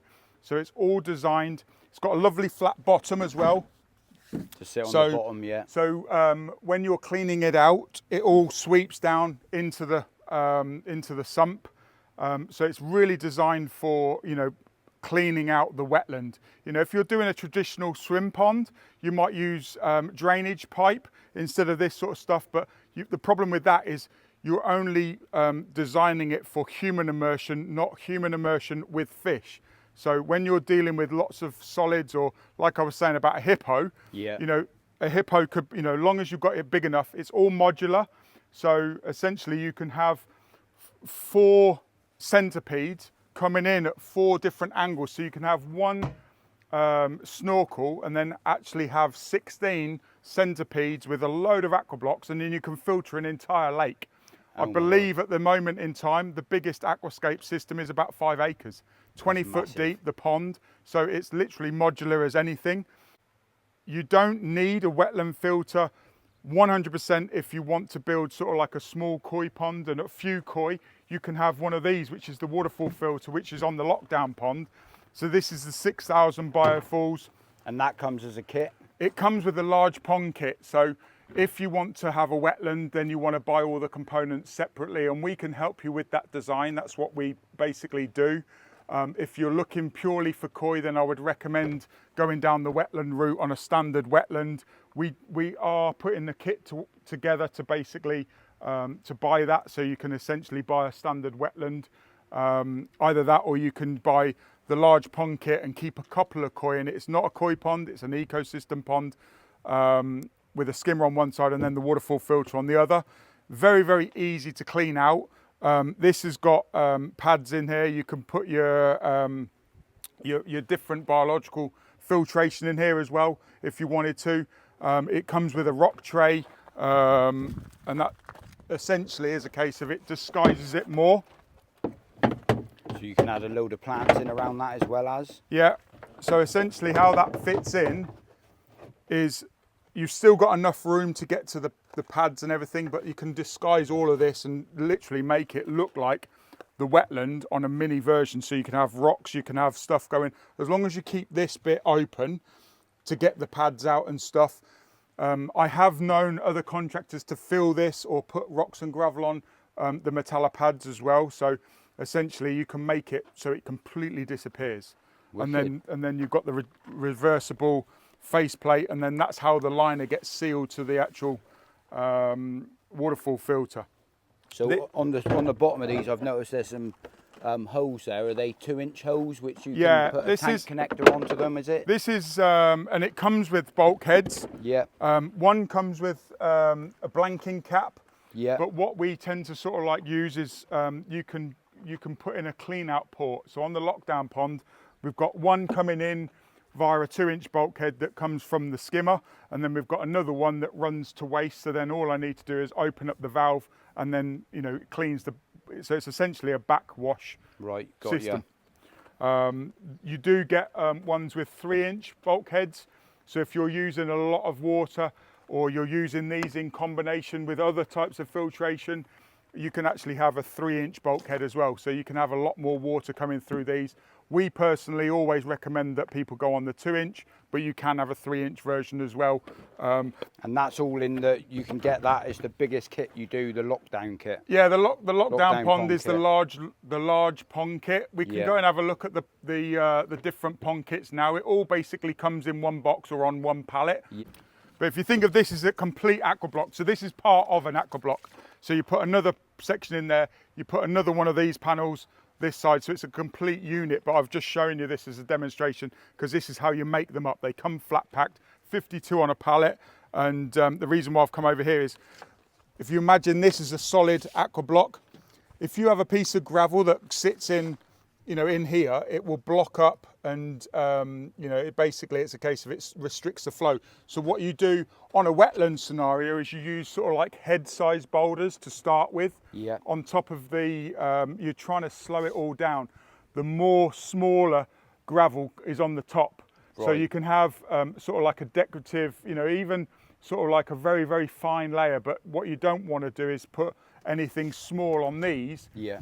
If you're building an intake bay and you're using sort of like 50 to 60 mil cobble, then that's perfectly fine. But if you're using 20 mil gravel, you need to put on a flow cell. And this is 4 flow cells.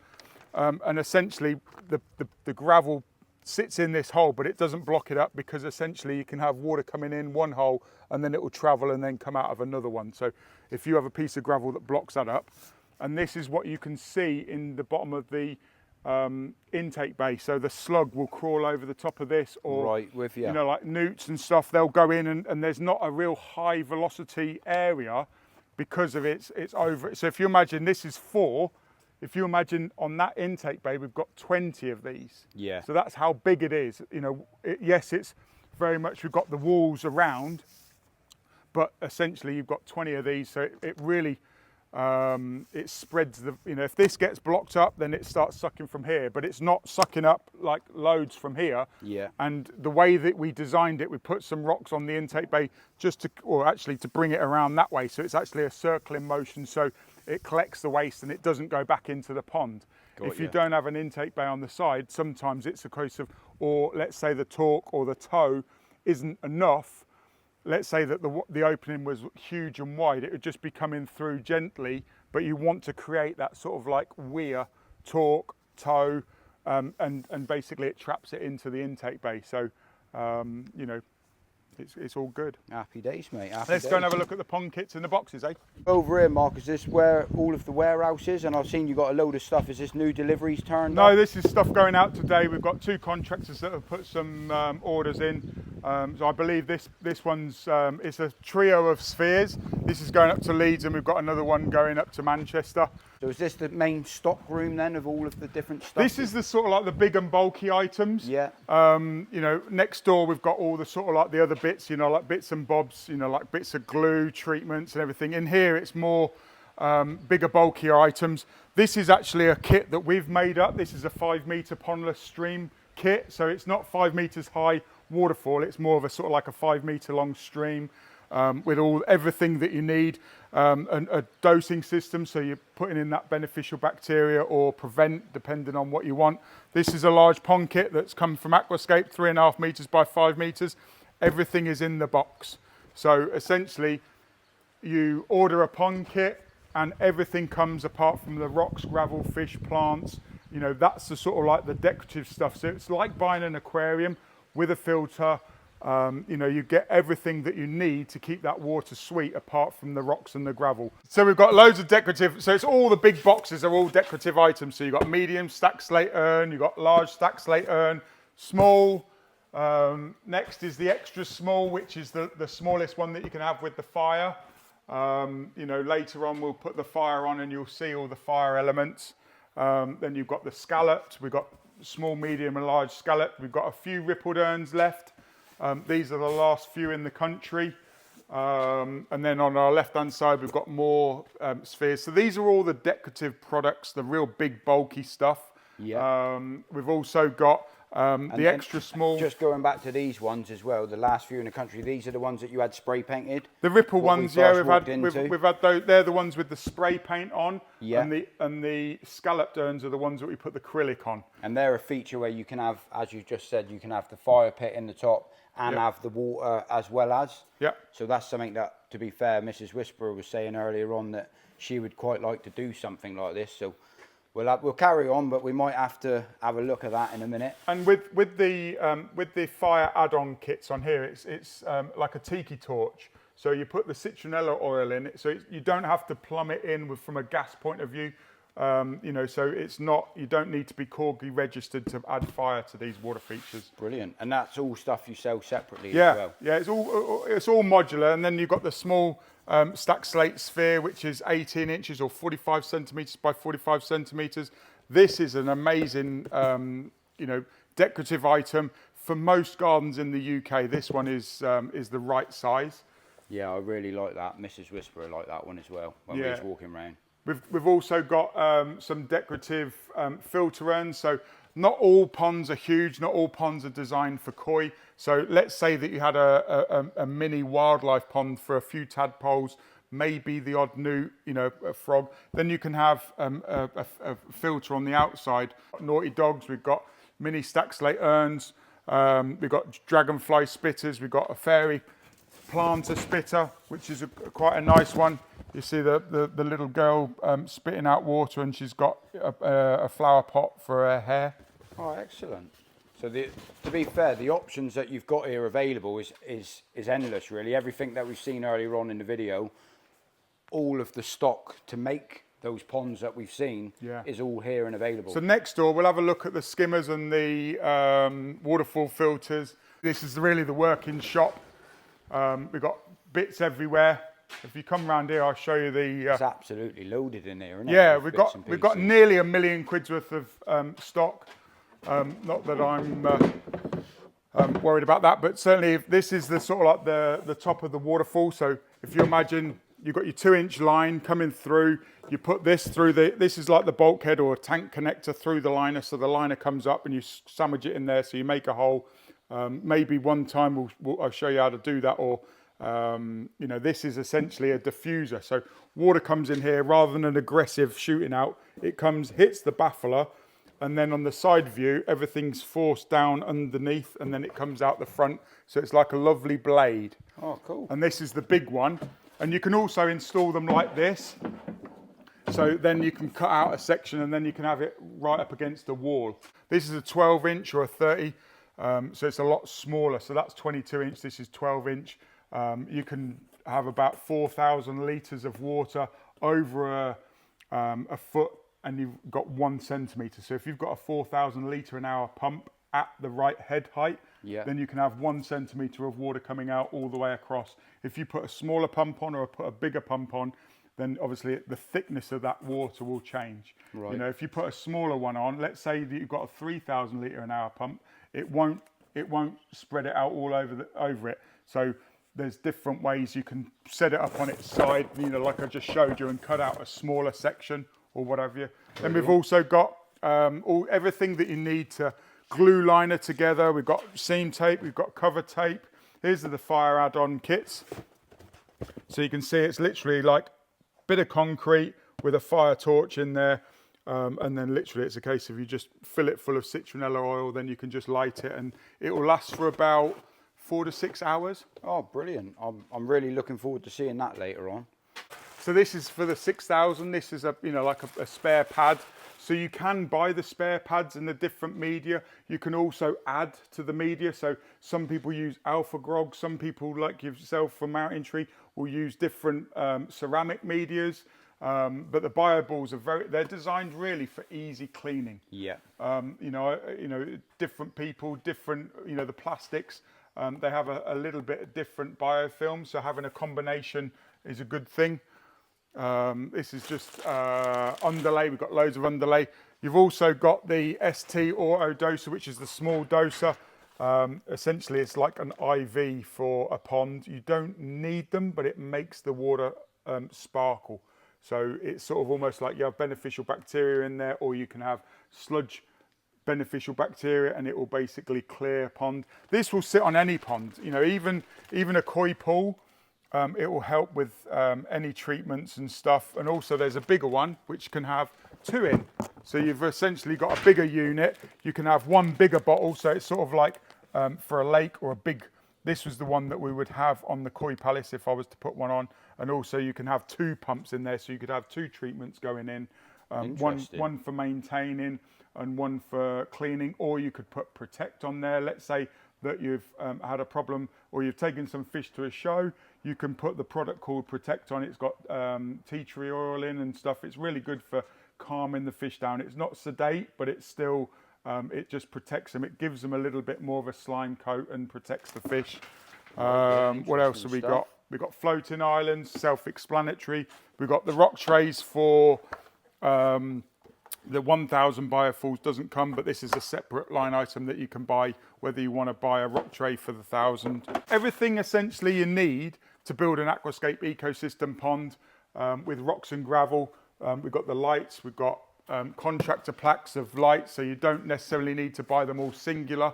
What we've got here is we've got the 2,500 biofalls filter. So if you were to have a couple of koi, this would be the smallest size, or you could have a combination of them. Right, yeah.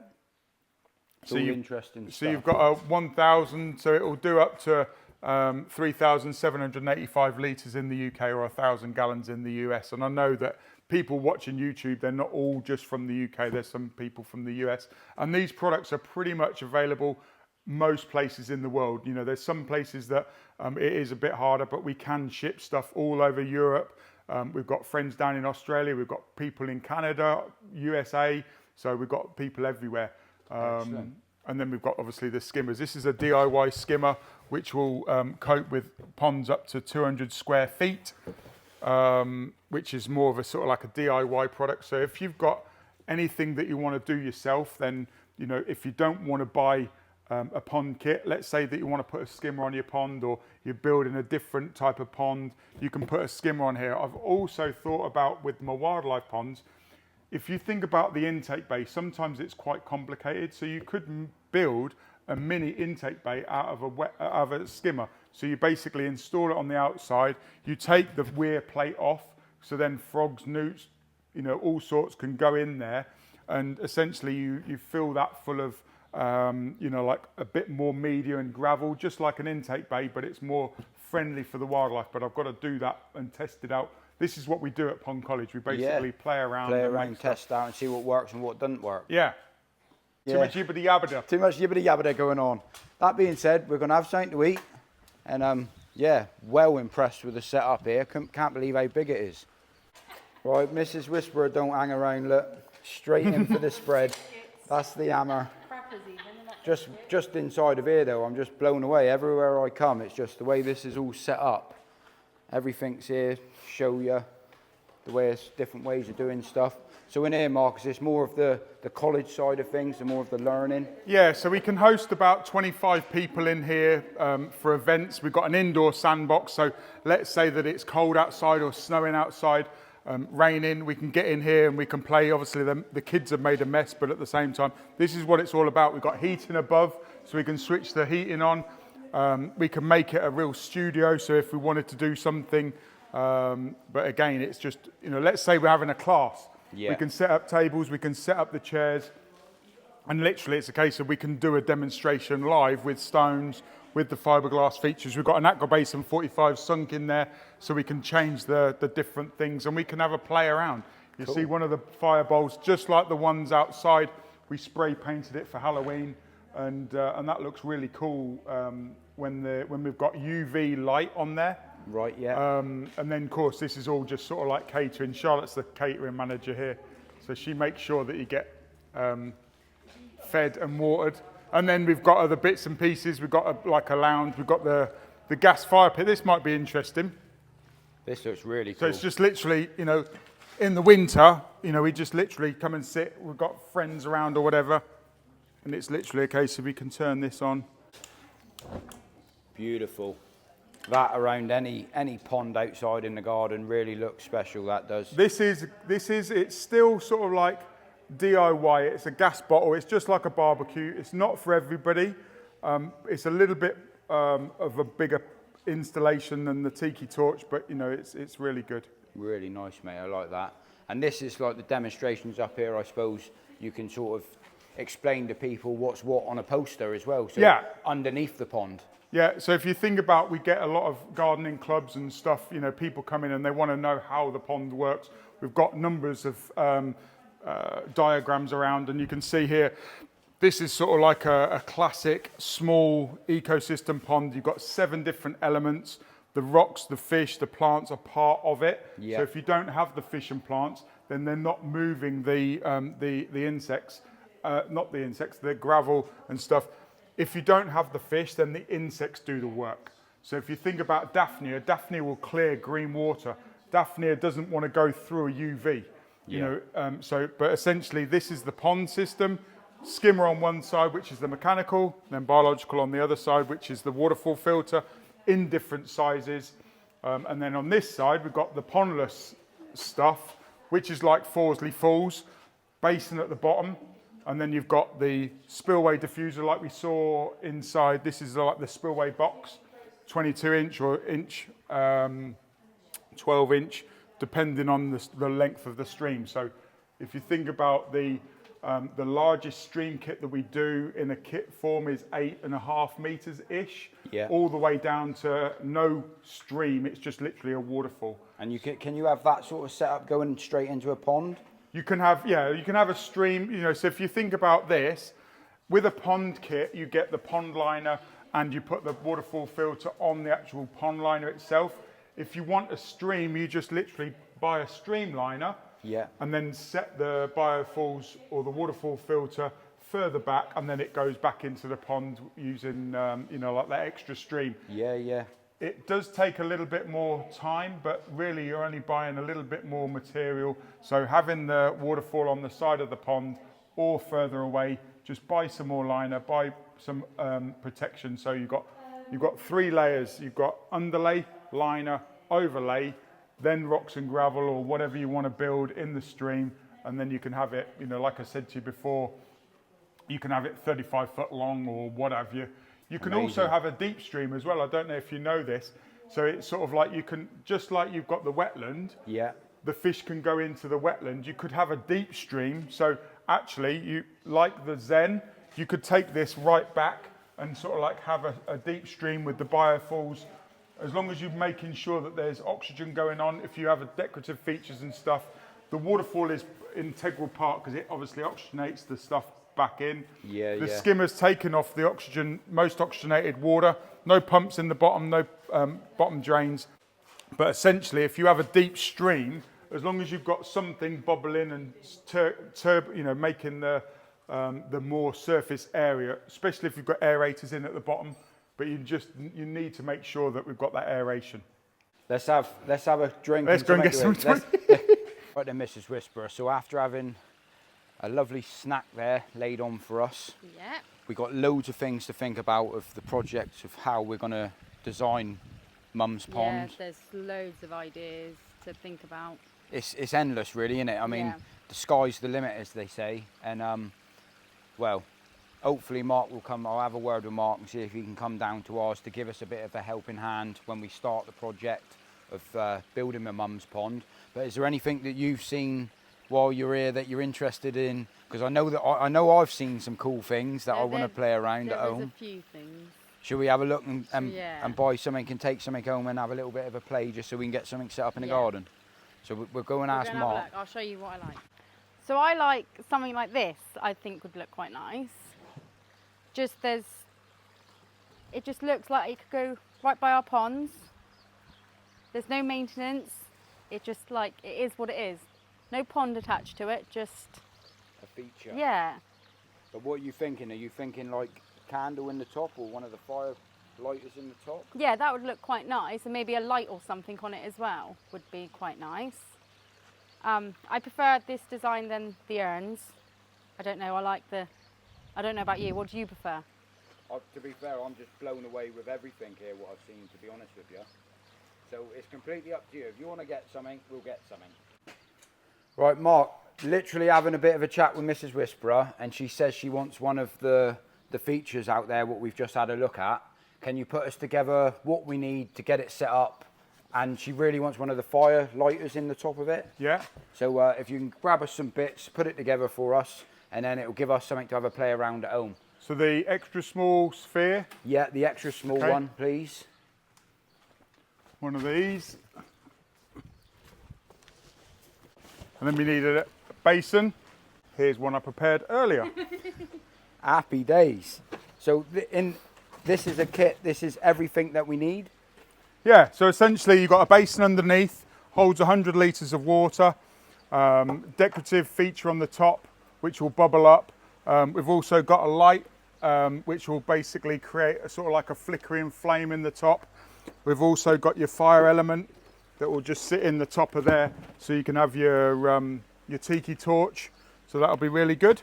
And do I need a liner or anything on top? You don't need a splash curtain for this. It really depends on how much is going to be splashing out, but with this size sphere on this size basin, you're perfectly fine. If you were going with a DIY option, you would need a bit of a splash curtain, or if you were going to upgrade the size of the pump.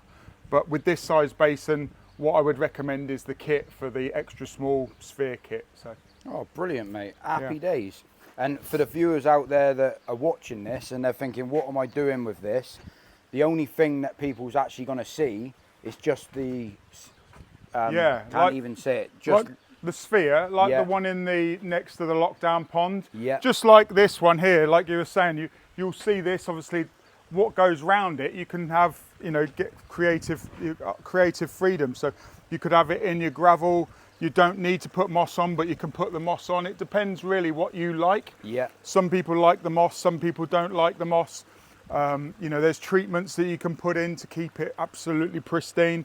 And it's something that doesn't need to be turned on all of the time. And they look good off as well. So if you think about that, like I was saying earlier on, just keeping a fire add-on in there, it just finishes it off. If you're having it elevated, it's not too much of a problem. But if you're looking at it from above, then I don't really like the look of that. So having a fire element on there, even when it's off with no tiki torch, it still looks like a professional finish. So happy days. Well, that's going to be great fun for us to set up. Is it all right to leave that here because we're spending the evening? Yeah. I don't really want to be keeping that in the car going back to the hotel. I'll leave that here. We'll enjoy the evening, relax a little bit, and I'll come back tomorrow and collect that. Perfect. Brilliant job. So let's just enjoy the evening and maybe give everyone a bit of a nighttime tour with all the lights on. Yeah, you can see the tiki torches. And the reasons why we're buying it. Yeah. Happy days.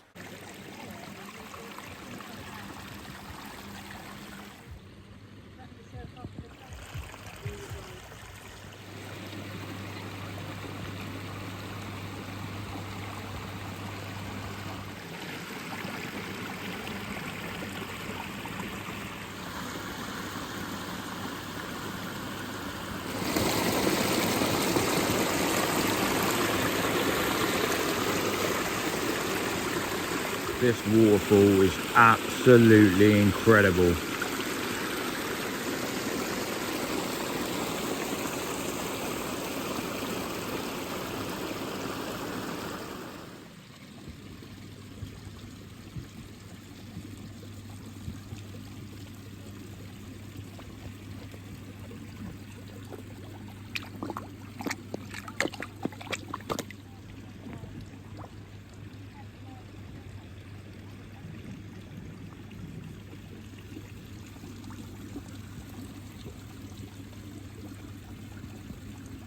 Right then, Mark, can we have a quick nighttime walkthrough, mate, of all the ponds? Yeah, so it's a different element. So if you think of, we've got daytime water features, we've got nighttime water features. So these, the flames are just literally citronella oil, and they keep the mosquitoes away. So the flames, it's really good. Candles are on. It looks amazing, mate. I'm blown away. Absolutely blown away. Check these out. Absolutely stunning. So this is more of acrylic. So the varnish is in the spray paint, where this has actually been varnished over the top as well, because the acrylic, it doesn't. These can be obviously water features, and then just the fire element is just literally, it's like a fire topper. Wicked, mate. That is the hammer. That. Oh, it's getting going now. So this one had a bit of water in it. That's what's spurting out. So it's a cool effect. Sometimes if you put wood in there, it creates a funny crackling sound where you can actually see that that's water in there. So there's a mixture of water and oil, because I've just left that open and the rain's just gone down. Wicked. So I believe this one's got a dogfish. Yeah, there's a dogfish in there now. Brilliant. Night swimming. Night swimming, yeah. It's been, as you know, it's 20 degrees today, so that water's probably warmer than the air temperature at the moment. But she just loves the koi. You know, they swim in between her legs and all sorts. Amazing, absolutely amazing. So I've just put 50p in the meter and we've got power again. So have a look at this. We've got a weeping wall, we've got a log that's overflowing with joy, and we've got a tiny little mystery mini urn. Absolutely incredible. The ideas in this place is hands down the best I've ever seen. I mean, we're walking past, check this out. This looks absolutely amazing. Water feature after water feature.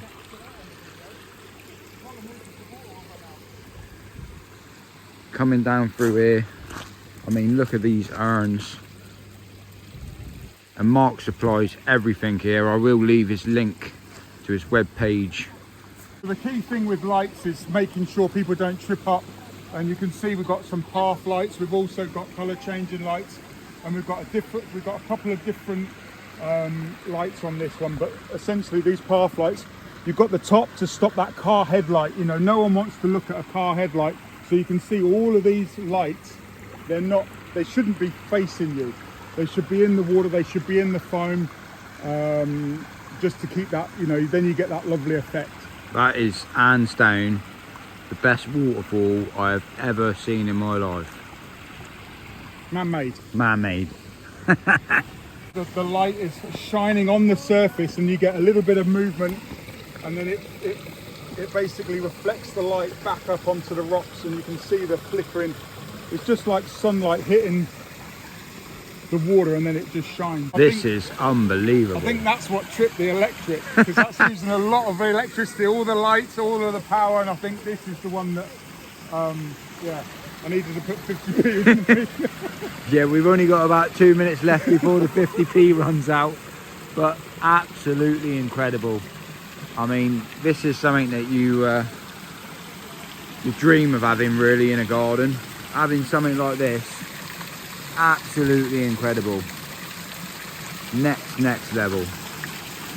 This is the small stone garden, so every single stone in this garden is less than 25 kilos, but I wanted to show you the lights. There's 3 different lights in there. This is a DIY light set, so it's essentially 3 lights in a chain, and you can see again there's no car headlights when you're looking at it.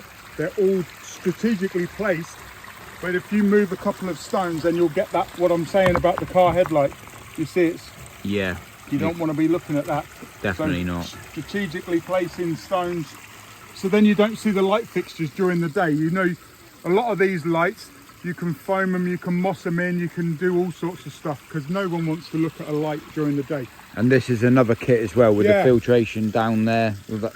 Yeah, you basically got a basin at the bottom, you've got a pump that flows water down, and it's essentially, it's a sustainable water feature. Not much maintenance at all, just topping it up. As long as you've got 2.5 times, 3 times the water in motion, then you're good with evaporation. Yes, we're having to top stuff up at the moment because we're getting a lot of evaporation because we're not getting the rain. But when you've got a big sort of like bib liner over the whole thing, it does collect to its own water. Absolutely stunning. Lovely sound as well. Yeah, I could literally sit here all night and just listen to that running sound. In your bivvy. In my bivvy, yeah. Be in the hammer. We have just had a lovely feast as well. Absolute well made up with that. Stunning that is. Oh my days. This is unbelievable. This is a little piece of heaven right here. Stunning. And this is ultrasonic. There's 24 ultrasonic sensors in here that basically atomize and make that fog. But if you see in the wind, it's like it causes another effect again. Again, it's a place of, if you think about noise, this doesn't want to be a lot of noise, so it's not like the NRG. That's why I keep the NRG off most of the time. This is essentially, you can have it almost silent if you want, but you could keep koi in here. You could aerate elsewhere, and then, you know, if you had this 5 foot deep and a koi pool, you could quite happily keep the koi in a quiet place. Yeah, so then yeah. You just have swirling water. It's still active. It's just not noisy. Absolutely stunning. And then we've got a negative edge on here. So we've actually got 2 pumps on this particular feature. We've got a negative edge, so it actually overflows. And also we've got one in the intake bay. So actually water is going through this gravel as an intake bay. A lot of this water will actually come and fill this reservoir back up. Cool. So you need to have a massive amount of water stored. Otherwise you'll have all of that runoff and flooding. So essentially you need to keep all of that water in motion.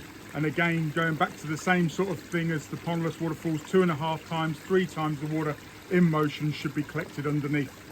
Right then, Mrs. Whisperer, we are back again. It's warm though, isn't it? Yeah. We got a long journey home, but we've come back up to the Pond College because we've got to collect our stuff. We've got to pay for our stuff. And then, well, we've got to go and say bye as well. So we just got to look around really and see if we can find Mark. He does know we're coming up this morning, so he left the I'm guessing Koi Palace. Koi Palace generally. probably tinkering around with something. Yeah, what a place. Absolutely blown away yesterday, and last night seeing that urn, I reckon it will make it, you know, having that fire in the garden. We might end up buying another one in time. What a surprise, Mark. I thought you would be here, mate. How are we doing? Days, Have a mate. look at these, it's lovely. Absolutely stunning. This is next level. So we're giving them the breakfast Cheerios, and there's still some in the wetland. The dog's not chased them out yet. So you come to pick your stuff up. Yeah, come to pick the stuff up, mate, and then we got a long journey back. But I thought we'd just have a little nose here at all of the fish. Absolutely loads of fish in here. Loads of chasuis in here, to be in fact. Don't know if you can see them all. So I've got a gift for Jacob. It's a pack of koi cards. Oh, And I know that he was learning the different names of the koi. So essentially you've got a picture on one side and then the information about the koi on the other side. And I've got wicked. some more for some of your viewers as well. So if you put it in the comment, how many chasuis are in this pond? And yeah, just put it in the comment section below and you can potentially win a pack of koi cards. Oh, that's very thoughtful. Thank you very much for doing that. So anyone who wants to enter the competition for that, the first, how many packs is there available? 5. So there's one Yeah. for Jacob and then five for packs. Excellent. So I'll get it posted out. But anyone that wants to enter, how many chasuis are in this pond? The first 5 people that get the answer correct, I will. I'll contact you, or you contact me on my Instagram page, and we'll get the pack sent out to you. Nice little gesture, that, mate. Very much appreciated. No problem. Happy days, mate. Happy days. So I'll let everyone have a little bit of a look. So the question, just to let everyone know again, how many chasuis can you see in this pond? I'm known as the Chasui King in England and in Japan. Or Brilliant. the Chasui Kid. So yeah, have a good look. See if you can work out how many's in here. There's loads of different sizes. Have a good look round the pond. Mrs. Whisperer knows how many are in, so if you don't know how many it is, ask Mrs. Whisperer. Yeah. Happy days. Some absolute fantastic looking koi in here though. And if you're unsure, just have a guess. Dogfish is back. Yeah. Hell of a dogfish though. Right then, I suppose we best go up and settle up the bill, mate. Go and get loaded up. Yeah, get loaded up, settle up, and then we got a long journey back home, mate. Been absolute pleasure you having us down. No problem. So while we're here, we're just gonna have a little bit of a feeding session going on.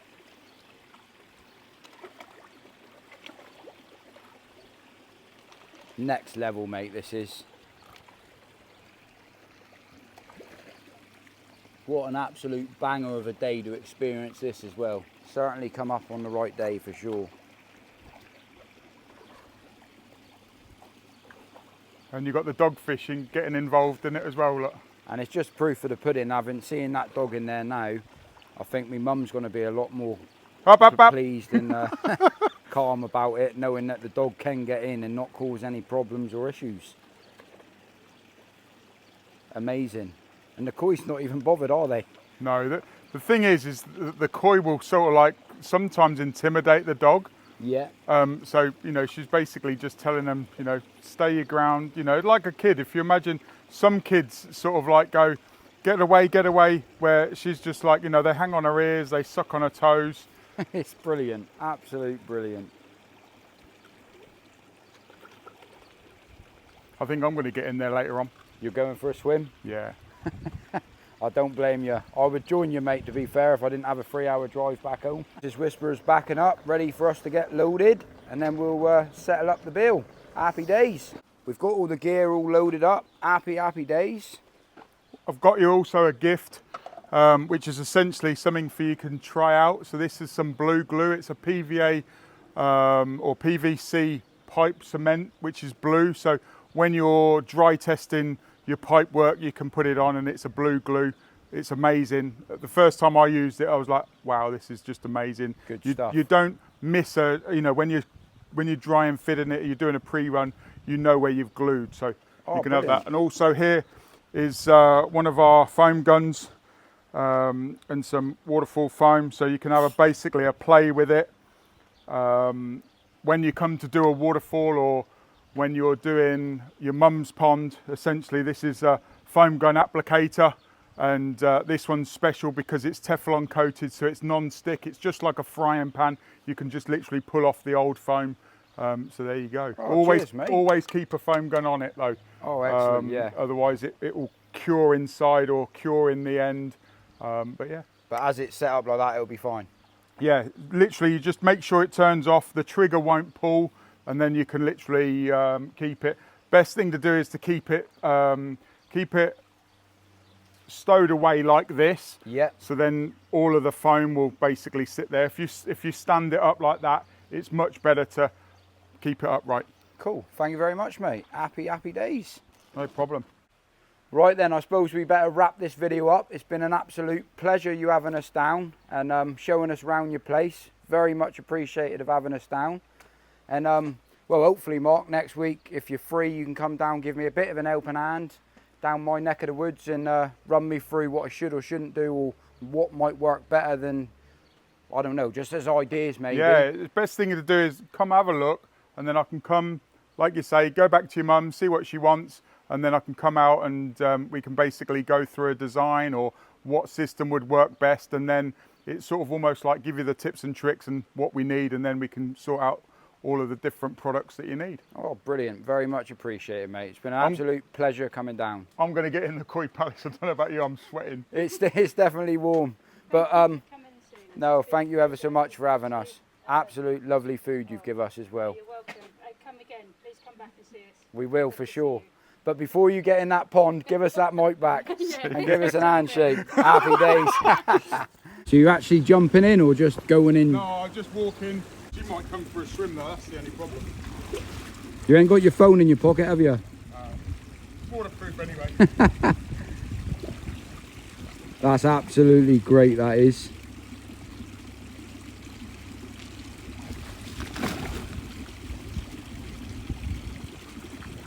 It's nice and cool. I bet, mate, I bet.